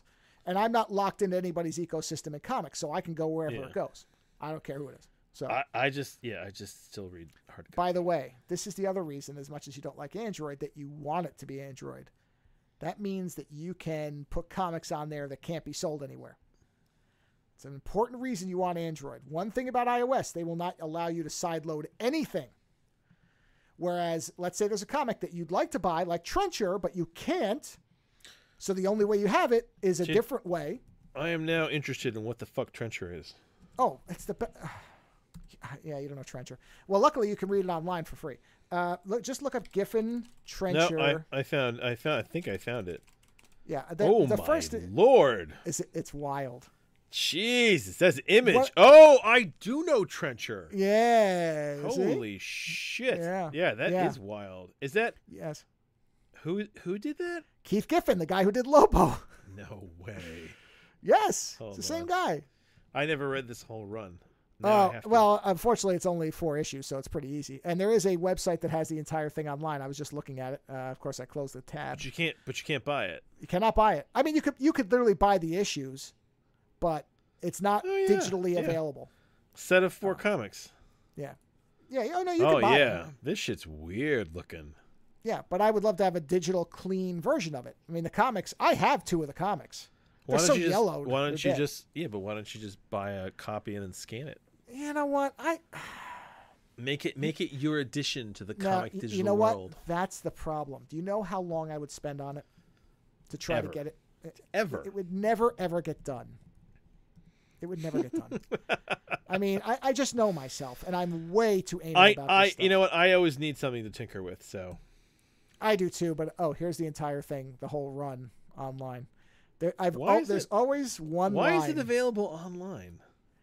Well, because if you look, that's the whole comic. Because somebody scanned their comic in and nobody cares because it was not a successful comic, therefore nobody's paying attention. So they just don't care? Yeah. They don't care. And the thing about this comic is I so dearly love one specific panel from it for no reason whatsoever, which is go to, on that thing I just sent you, go to issue 3. That thing will not load on my my browser. Really? It loaded on mine. I'm in Firefox. No, I'm not in Safari, though. It will not load for me. Really? No, it will not. Hold on, try this this one. You know what? No, we'll talk about it later. Just let me know really what weird. the frame is. Well, for anybody else, the name of the site is readcomiconline.li. I don't know what that is, but apparently it's a place that loads comics people scan. So go find Trencher, select issue 3, and the panel you want is, or the page number. What page number is this? This is page number. Oh, good grief. It doesn't have the page numbers. Hold on. I accidentally, I loaded the thing where it puts all the pages at once. Hold on. I'll tell you all the page. The page number is, page, I'm going to bet out of these, it's probably 23. Come on, am I right? Oh, I'm off by, I think, 1. No, I'm off by 2. Sorry, I'm off by 3. It's page 20. Page 20, just before Supreme is about to kill Trencher, while he's carrying his own head, he has this one line of dialogue, which is Endgame Phoebe, this chassis is history. And I don't know why that line has stuck with me my entire life. Do it as screen cap and send it to me. Okay. I'll do a screen cap and send it to you. Anyway, how do I do a screen cap with this thing? Whatever, I'll do it later. Anyway, so let me do we'll be here for 2 more hours because I have to open Photoshop. I have to do a bunch of things. No. Don't do it. Yeah, don't do it now. Yeah, Just do it for I me. will send it to you. In any event, yes, that brings me to that concludes patient mode. That concludes my material. Okay, that's everything you got. I just want to make sure that's everything. Okay. Yes. All right. That's the collected book 2 for Human Target, right? Did I get the right? Yes, that is volume 2. Yeah. Okay. I mean, they'll probably do some sort of like super duper absolute collection where they put them both together. But you got that in physical or online? I have it on physical. I read everything physical. I assumed. I was just making sure it wasn't one of those where it's only available, No. It's physical. Yeah, it's definitely physical. I've been waiting for this one, and it came out. The worst part is this came out a while ago, and I had it on a pile, and because of the move and everything like that, I didn't get to it. And then when a book's going to be heavy, like it's going to affect you, that you're like, okay, I should wait for the right day to read this because I don't want to. Yeah. So I was kind of waiting for a little bit of time. Oh, I think that worked. And then I was right. It did affect me because it put me in a very strange mind space for the rest of the. It's so good. It's so good. I think I actually was able to send you the screenshot. Endgame.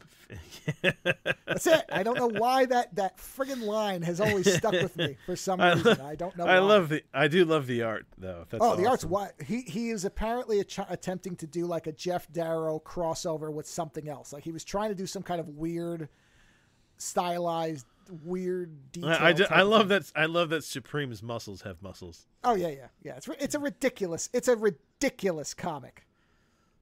But like I said, the fact that he's carrying his own head that Supreme has punched off his body, and that's anyway. I mean, and Lobo's like that. Oh yeah. Well, yeah.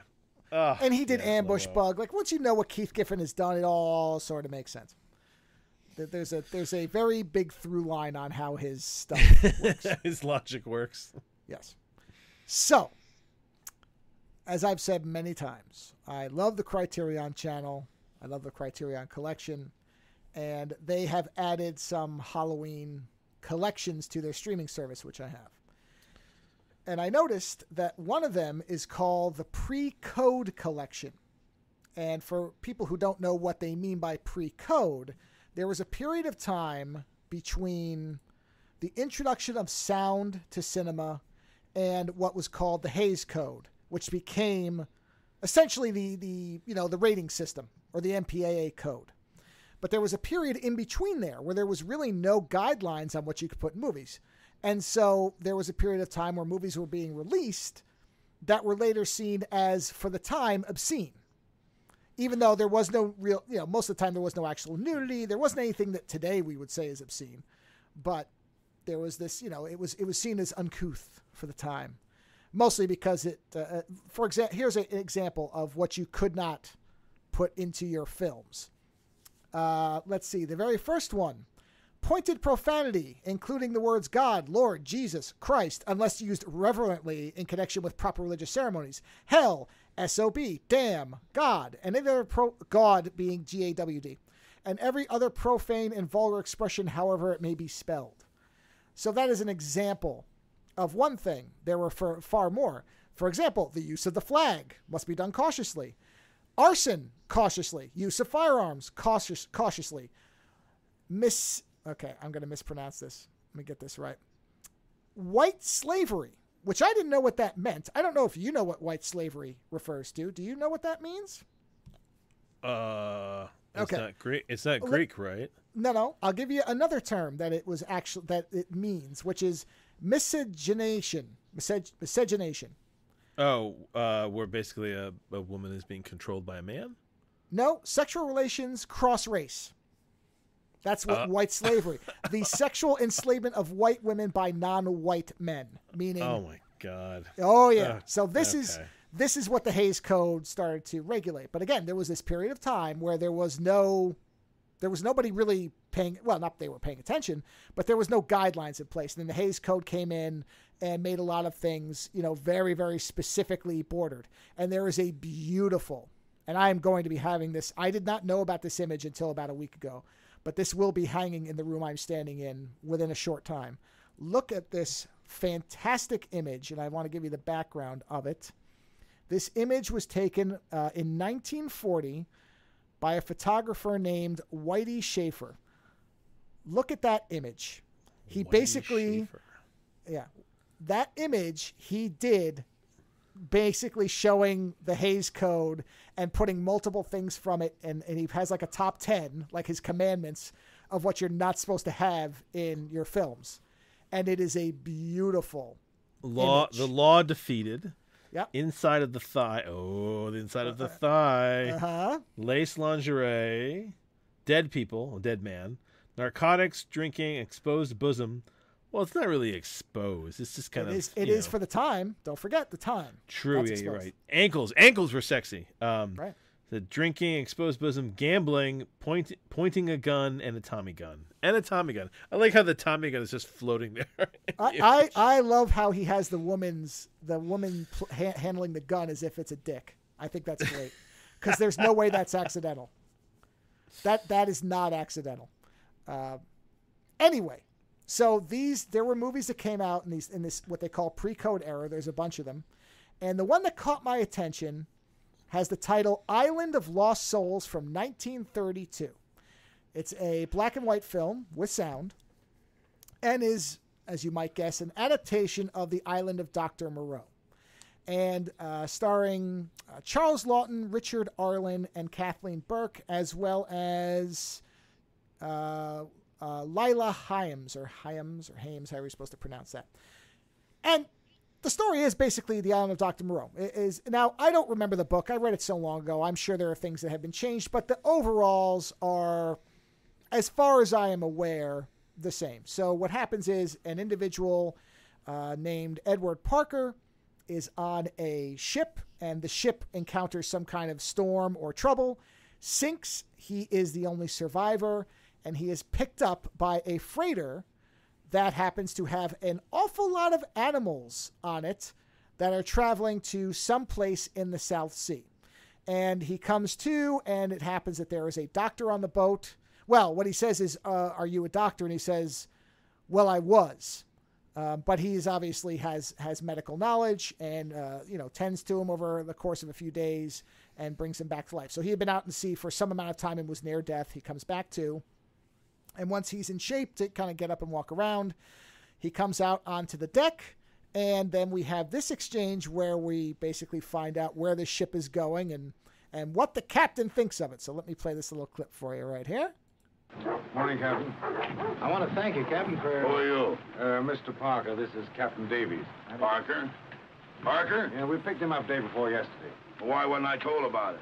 We tried to wake you. Well, why didn't you? You had a slight list to port. What do you mean? You were drunk.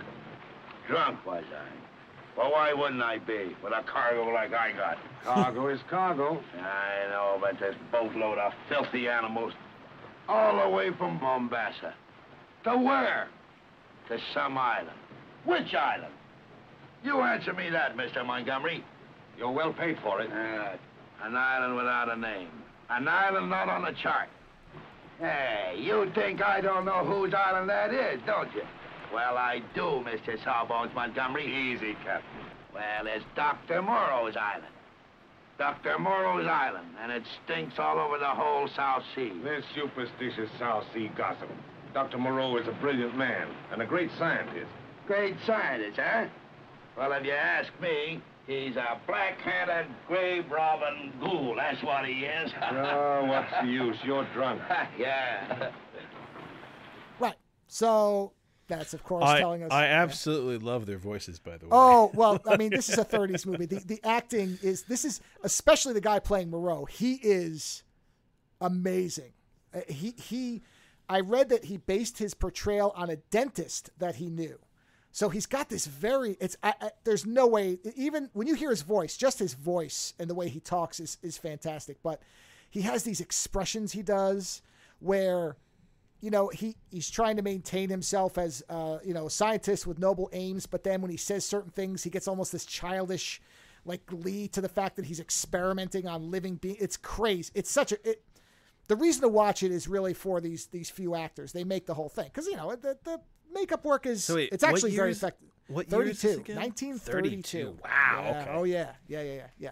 So this is a very specific type of filmmaking. Probably not for most people, but, whatever. Now we know where they're going. They're bringing the animals. If you know the story of the Down Dr. Moreau, you already know where this is going, so it won't be any surprise to you. I'll be spoiling that if you don't and never read the book. But they get to the island.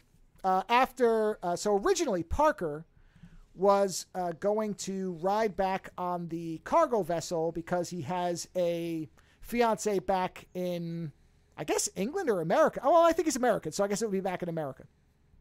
And so he sends a telegram to her, or a wireless transmission, which is, I guess Morse code. Oh, yeah, I think it is Morse code.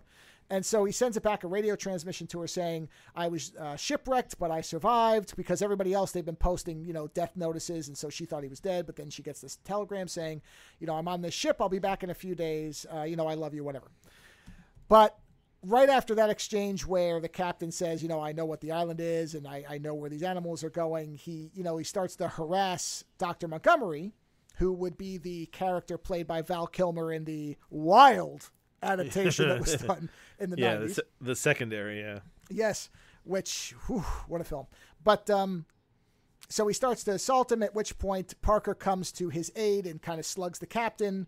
And so the captain, because basically what they do is they offload all the animals onto another ship that's going to then bring them into, because it's a giant freighter.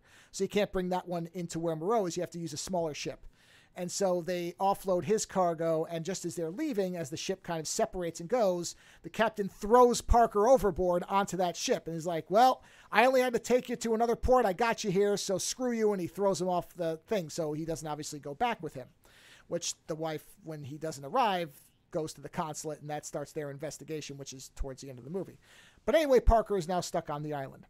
And so Moreau shows up and says, oh, well, you're welcome to stay with me as long as you like. No problem. We're happy to have you, and we'll figure out a way to get you back. Nothing weird at all is going to happen, I promise. No. If any, well, so Parker doesn't have any suspicion about anything because, what's there to be suspicious about? Really, he doesn't know anything yet. Montgomery, you can tell right away, is wondering why Moreau wants to keep him there at all.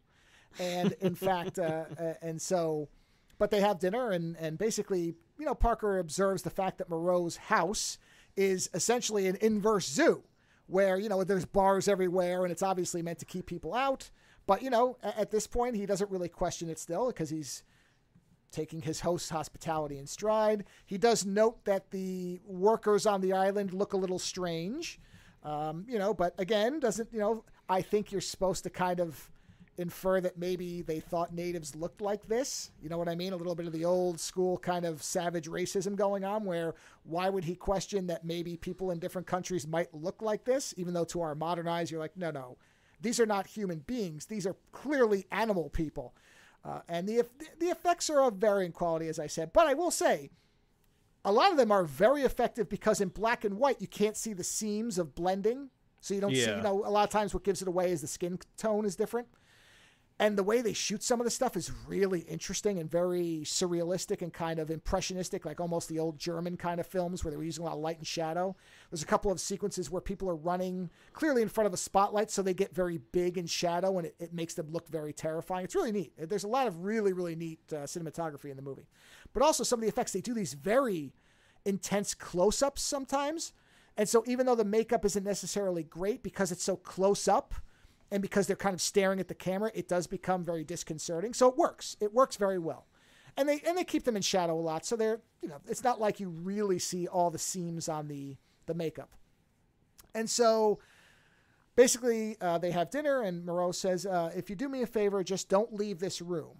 There's a lot of danger out in the jungle and I wouldn't want you to get hurt. So if you'll do me this favor. And Parker, again, still thinking that there's nothing too out of the ordinary for being stuck on an island. Doesn't really think too much of it and says, okay, that's fine. And so then we get this little explanation that starts to give us an idea of what Moreau's thinking is. So let me play this. And this is an exchange between Montgomery and Moreau. I had my reasons for keeping you sober. Go to the laboratory. We'll see what's to be done. You're not going? I'm taking her to Parker. Lota to Parker? Why do you suppose I brought him to the house? He's seen too much already. But she's never seen anything like him. No? You and I don't count. The only reactions we get from her are fear and terror. That's understandable. But how will she respond to Parker where there's no cause for fear? Will she be attracted? Is she capable of being attracted? Has she a woman's emotional impulses? Scarcely hope for a chance like this short of London.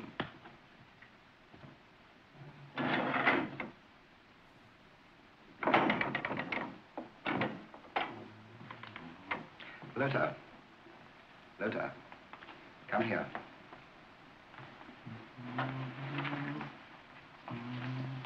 Lota, I've taught you many things. Yes? All that you know I've taught you. Yes.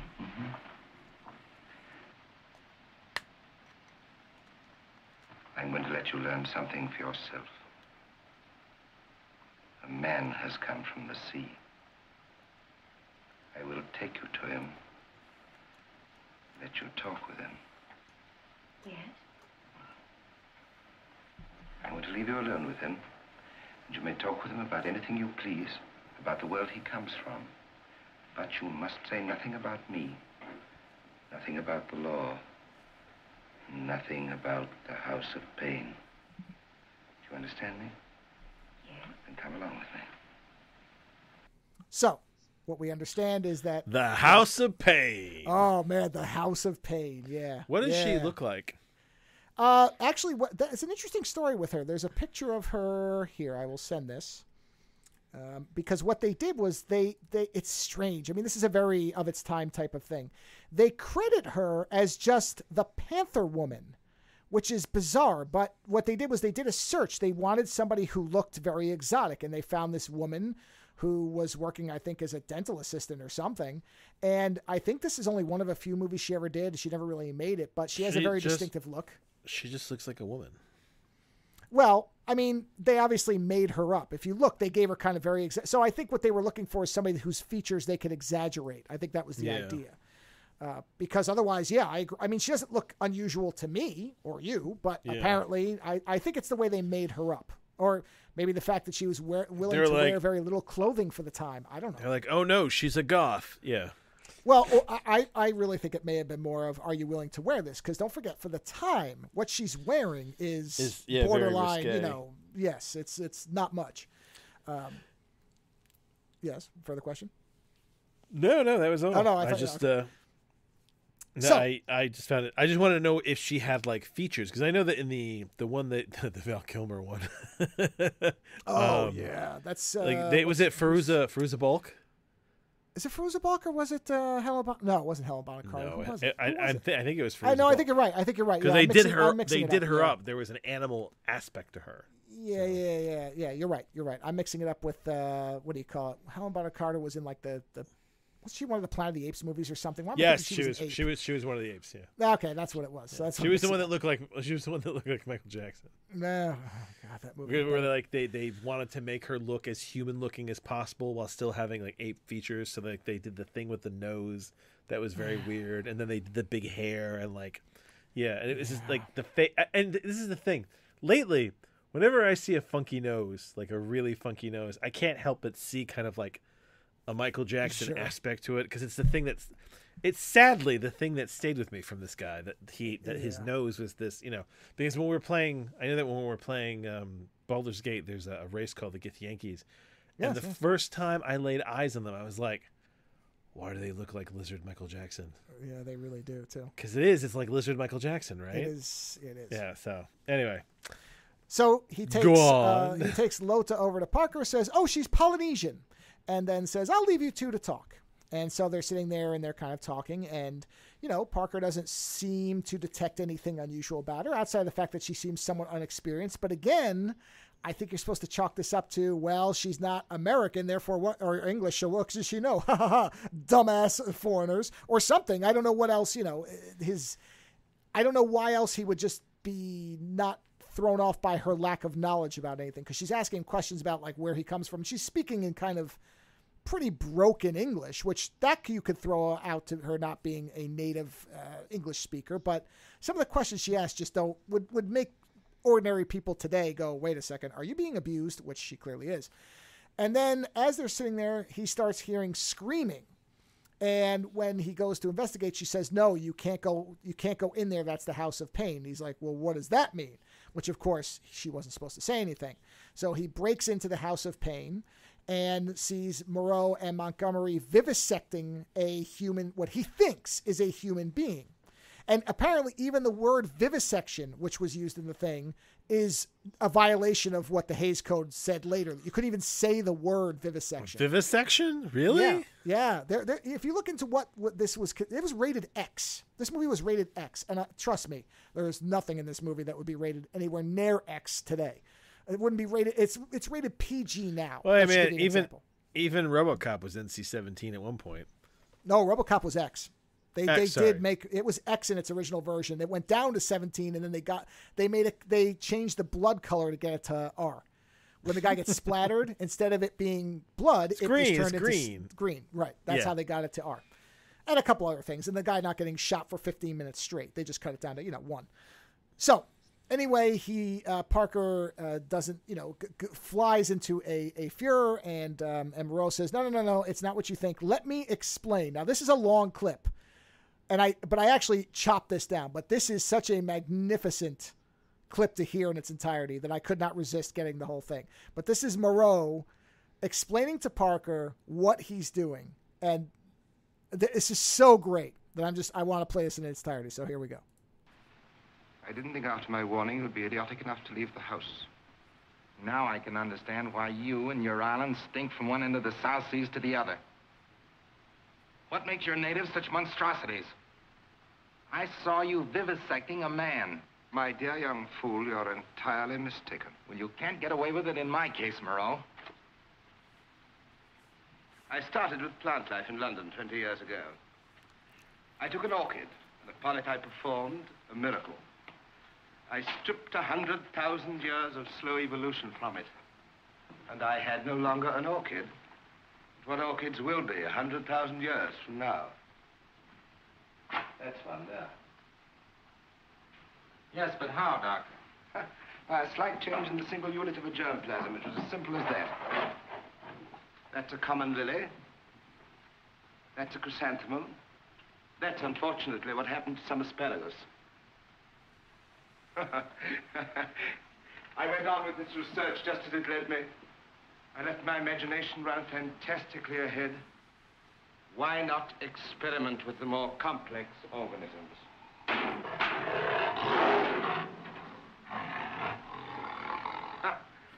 Man is the present climax of a long process of organic revolution.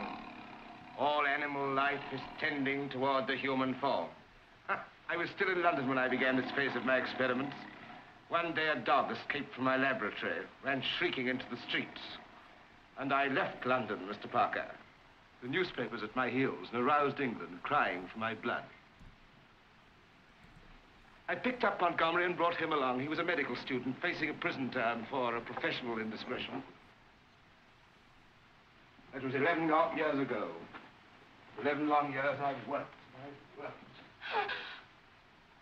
With plastic surgery, blood transfusions, plant extracts, with ray birds. With what I have discovered in my own work among the cellular organisms. My work, my discoveries, mine alone. With these, I have wiped out hundreds of thousands of years of evolution. From the lower animals, I have made... See for yourself, Mr. Parker.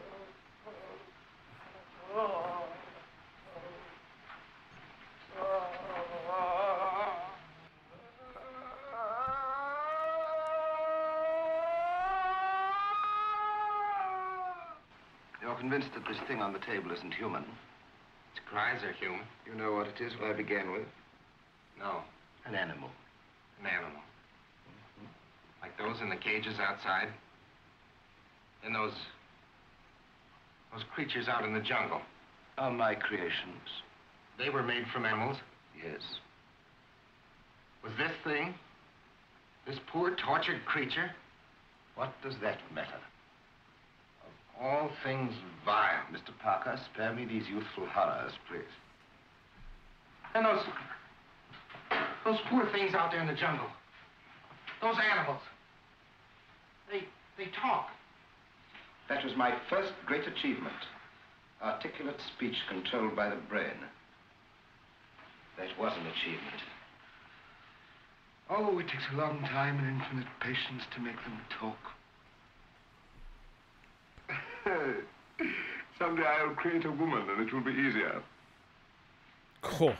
Oh. Those are some of my less successful experiments. They supply the power to create others, more successful. But with each experiment I improve upon the last. I get nearer and nearer. Mr. Parker, do you know what it means to feel like God?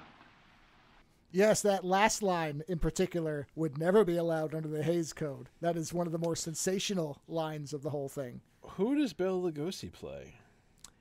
This is when he was apparently in heavy debt. So he plays the sayer of the law, the kind of the Okay, one so who it's not a lives big out role. among them. Okay. No, it's a very small role, and you won't recognize him at all. He's completely buried under fur, basically. But he's the one who says, "What is the law?" And they all respond, "Not to spill blood," that type of thing. That's Yeah. him. You will hear him in the final clip, which is a wonderful, very short clip. But the guy who plays Moreau So, makes the whole movie. That's why you're watching it. Is this one of the better versions of The Island of Dr. Moreau that you've seen? I think so. I love it. I thought this was great. Now that, by the way, Because it sounds very sort of authentic to the book. As far as I know, it is. Now, I don't remember the book enough to know what was changed, but my understanding... Now, what I do know is that Wells did not like the movie because he felt like it emphasized the horror over the science, which, okay, I sort of get that, but it is a horrific tale. I'm sorry, it is. Yeah. Now, in that clip, at one point you heard the creature moaning. Yes. Okay, I dialed that down by so much. The screams and the sound design are intentionally very disturbing. That is so much louder in the movie, but I didn't want to overpower people's speakers. It is, I think I dialed it down by 15 decibels. It is near the top of the volume of the movie. And it is horrible because it goes on and you see this creature writhing on the table. But there's multiple instances where you hear that type of thing. A lot of the sound design is what makes it horrific. But like I said, the guy who plays Moreau is so good. And like you can hear him giggling at one point when he says the thing about a woman. There's all this little stuff where he has these little expressions that are great. Yeah, that is pretty fucked up. Oh, yeah. Oh, yeah. So basically at this point, Parker tries to leave and he encounters all the other creations out in the jungle. They go to kill him, or they seem to be about to kill him, and that's when Moreau shows up. He starts cracking his whip at them and then recites the law where they talk about you won't spill blood, blah, blah, blah. Then he does that explanation, and then he says, because Parker asks him something about Loda, and he says, Loda is the only woman on the island, but he still doesn't tell him what she is. But then he goes and he's talking to Loda, and now he's kind of concerned that, she's stuck with these maniacs.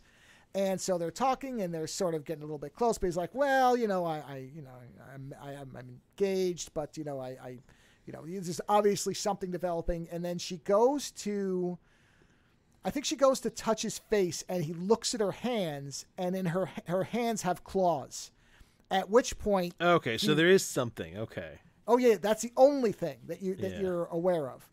And he sees the claws, and at that point he realizes, and the expressions, I can't capture them in a clip, but he has these expressions as he's putting it together where you see it occur to him. He just didn't even think that was possible because she is so close to a human. Yeah. And then when he realizes, he just gets infuriated and he goes and confronts Moreau, and we get this little exchange right here. Moreau, you don't deserve to live. I beg your pardon. Those creatures out there in the jungle were horrible enough. But to have created a thing as tragic as that girl. Lota? Yes, Lota. An animal with a woman's emotions, a woman's heartbreak, a woman's suffering. Oh, it's criminal. You're an amazingly unscientific young man. I could have overlooked those others. I could have shown you that much consideration. But not now. Now I'll expose you to the world for what you really are, Moreau. When are you leaving? I think you'd better sit down and make yourself comfortable.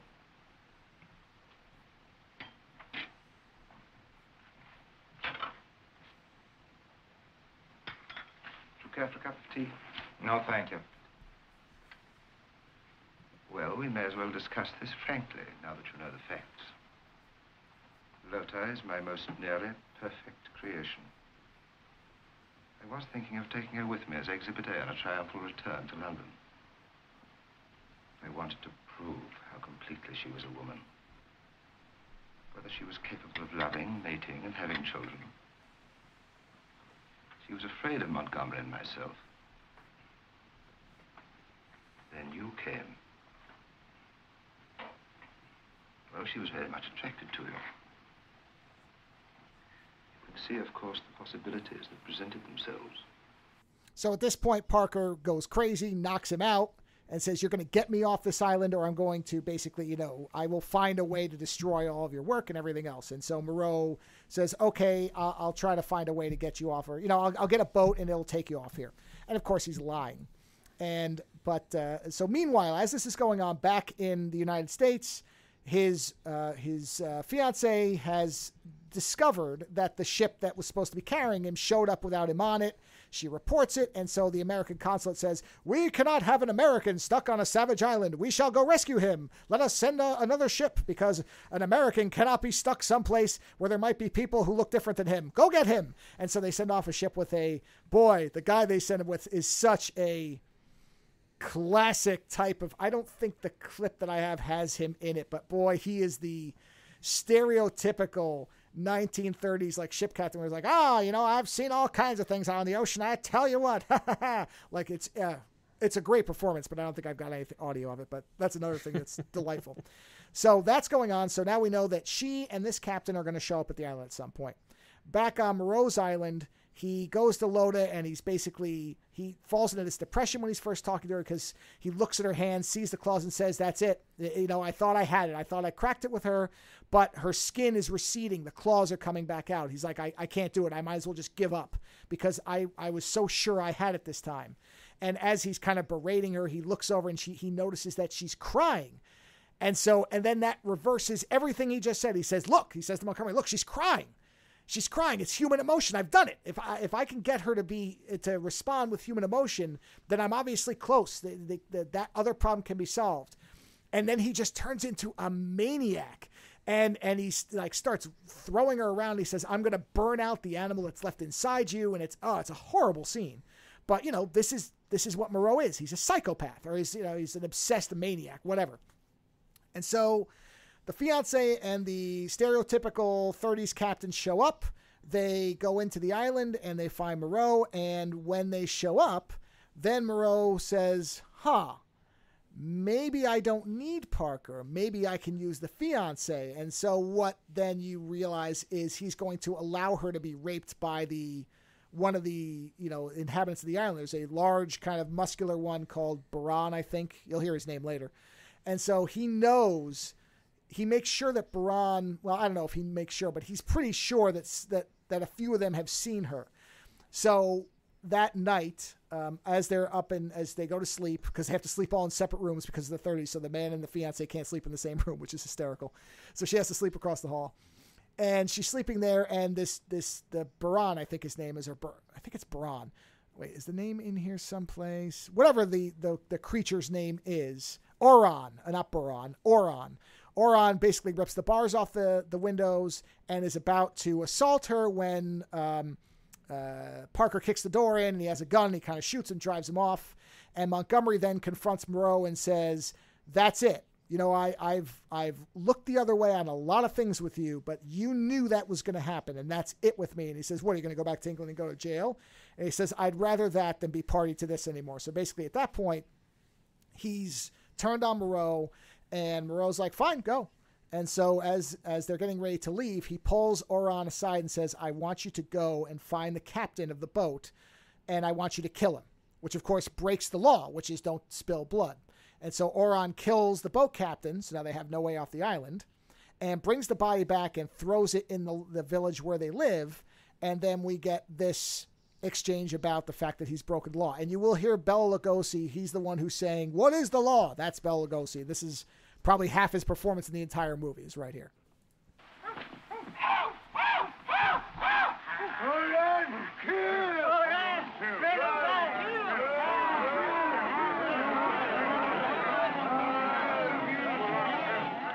What is the law? Not to spare blood. Are we not men? Are we not men? You broke the law. Law no more. Law no more. Law no more. You spill blood. He tell me, spill blood? What is the law? Law no more.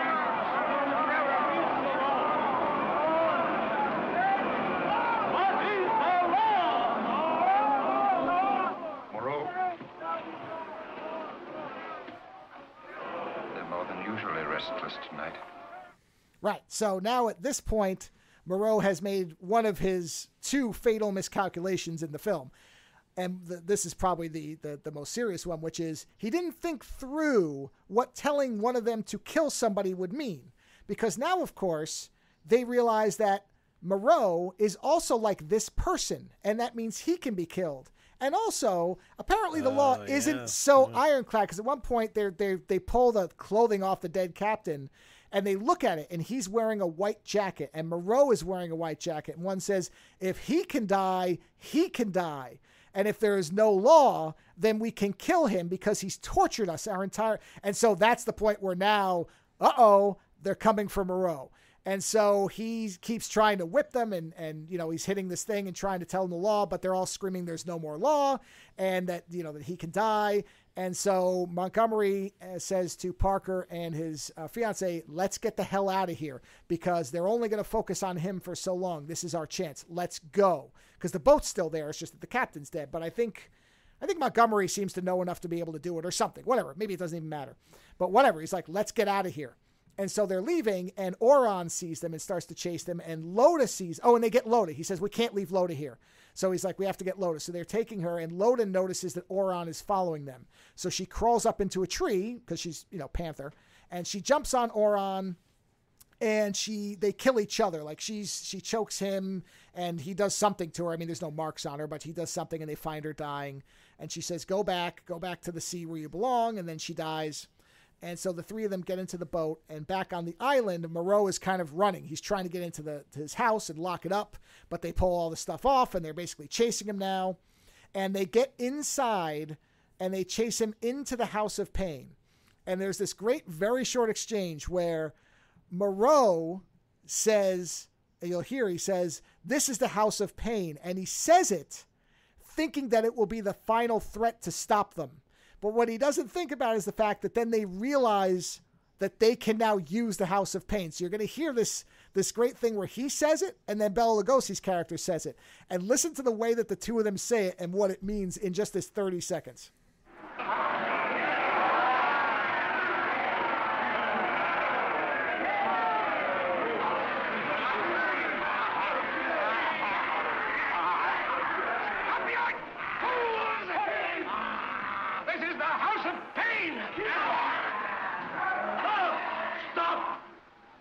House of Pain.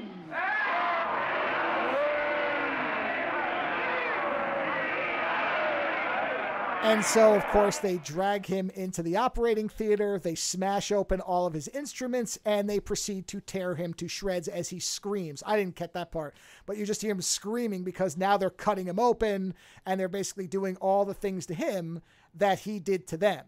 And so then the very end of the movie is you see that his lab's on fire. You hear the screaming, and Montgomery, Parker, and his fiancée are in the boat, and Montgomery's rowing away, and he's facing the island, and the two of them are facing him. And Parker goes to turn around, and he says, "Don't look back." And then the movie just comes up with music, and then it ends. And so, and there was no music through the whole movie. I didn't even realize it, but there's no music. It is just the dialogue and the sounds of the animals and what's going on, but there's no soundtrack. When did soundtracks become popular? Well, I think they already were. I think this was an intentional decision. I think this was because they wanted to focus so much on the sounds of the creatures and everything, and to make sure the dialogue was very clear, because the dialogue is so good that honestly I'm glad there's nothing over it. I love just listening to the performances. They're so good. And that's it. That's the movie. It's very simple. I mean, you know, it's only 70 minutes or so long. It's not a very really long. good version of The Island of Dr. Moreau. Yeah, it's very, very, it's not overdone. Like I said, it's not even 70. I think it's 70 minutes exactly. It's almost subtle. Well, it's to the point. It dials in the horror of what's being done. And that's where it really shines, is it's Moreau's complete loss of, if he ever had any morals. It's difficult to know that based on the things he says. But he is so far gone in his obsession to create a perfect human that he is just inflicting unspeakable horror on these living beings. And he doesn't even, because they're animals, because that point where he says, well, this is a living creature in pain. He's like, yeah, who cares?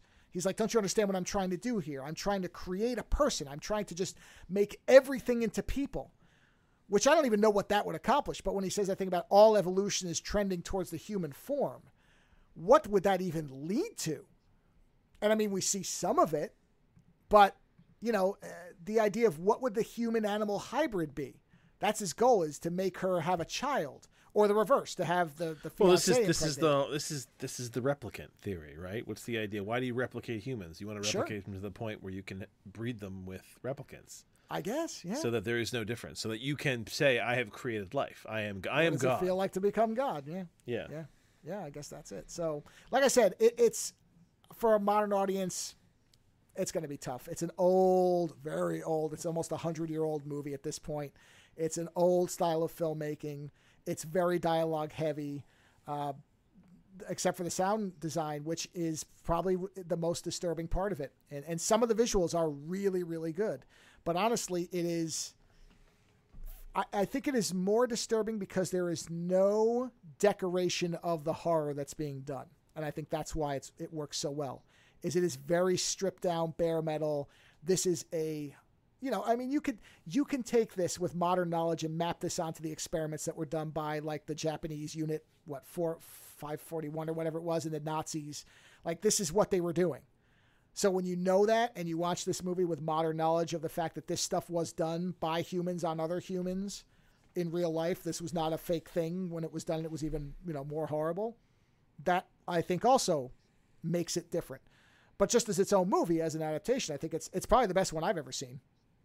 I mean, I haven't seen a ton, but, I think it's a hell of a lot better than that 90s one. The 90s one is good in a trash film kind of way, like, oh my God, what did they do here type of thing. But this is, I think, a very good distillation of the story into a movie form. But like I said, the biggest problem with it is its age for a modern audience. Oh, yeah. But it's absolutely, if you're okay with when it's from and the fact that, there isn't any gore, there's no, what would be considered a modern horror element. But if you're dialed into the story, yeah, it's great. I mean, I couldn't recommend it highly enough, but I know it's going to be a limited audience, so it's a shame. But it is on Criterion. I don't know if you can watch it anywhere else. I saw some places, but not YouTube, so I don't know if they're really, one of them looked like it might be a Russian site. I don't like to recommend people to non-YouTube stuff if I can avoid it, because you just don't know if there's malware or something. But whether it can be watched anywhere else, I didn't really see. But I know it's on the Criterion channel. Is there anywhere else you can watch it? Let me take a quick look if it's... No, it doesn't look like it, which is a shame. But again, you know what? There's not a lot of people who are going to watch it, so I guess that's why. Which is too bad, because I think it's a good movie. So if you can find it and you're okay with this type of older filmmaking, then I think it's really good. But if you're not, then no amount of clips I've played, we're going to sell you on it. It's just what it is. But I had a great time with it. It sounds good. But I mean, old movies is its own kind of weird genre, and it's like reading old books. True. Listen, nobody sits down to read Beowulf because they think it's going to be a page turner. There's a certain element of historical awareness you have to have going into it. You're not reading something written for you. You're not watching a movie made for you. This was made for somebody with a mindset of the time. You're watching a historical document that's also meant to be entertaining for the people of that time. So it's actually fascinating on many levels, because you're also seeing a interpretation of Dr. Moreau from that time period. Right. Which was not kind of almost what Stephen King in The Shining, where he didn't like The Shining because it wasn't what he thought the book was. Well, Wells didn't like this. This is the Kubrick of the time with The Shining, where this filmmaker, they played up the horror elements, and they do. I mean, I only captured that one clip of the animals screaming, and I pushed it way down. And there's multiple things where you're hearing that screaming in the background and all this, they did a lot of weird animal kind of sound work and reversing animal sounds. And it is disturbing, along with the fact that some of the makeup, some of it's bad, but some of it is very good. And some of the shadow work, stuff that I can't, capture in an audio form. But like I said, I really liked it. So especially if you like the book, if you remember reading the book and having a fond memory of it, or you're a big fan of it, you probably would you get a kick out of it. And again, it's far better than the 90s one in terms of the 90s one is laughable. It honestly is. It's got some neat visuals, but it's not a great movie. Honestly, what? The Michael York one is kind of okay. I'll put it like that. I barely remember that one. It's kind of okay. It's not great. It's kind of okay. Yeah. Well, this reminded me a lot of The Time Machine. But it also takes liberties and kind of does its own thing a little bit. You know what I mean? Like this one feels, for what I remember of the book, and again, because there's so little to it, I think it's probably pretty close. Yeah. And the book was very dry. I mean, for what it was, like you said, and that's where I wonder if playing up the horror makes this better, because it's a different aspect. Whereas maybe the book was more scientific, and so it was a little bit staler. This is not. This is purely focused on. This is the horrible things this person is doing. This person is torturing living creatures all the time in a quest for something that, is this justified? Of course it isn't. Yeah. I mean, the Parker's reactions. And I also love the fact that Parker sounds like David Lynch. He sounds like David Lynch the whole movie. Where he's like, Moreau, I won't put up with this. It's just how Lynch talks. But, it's a very good movie if you can watch a movie like this. If you can't, nothing I can say is going to sell it.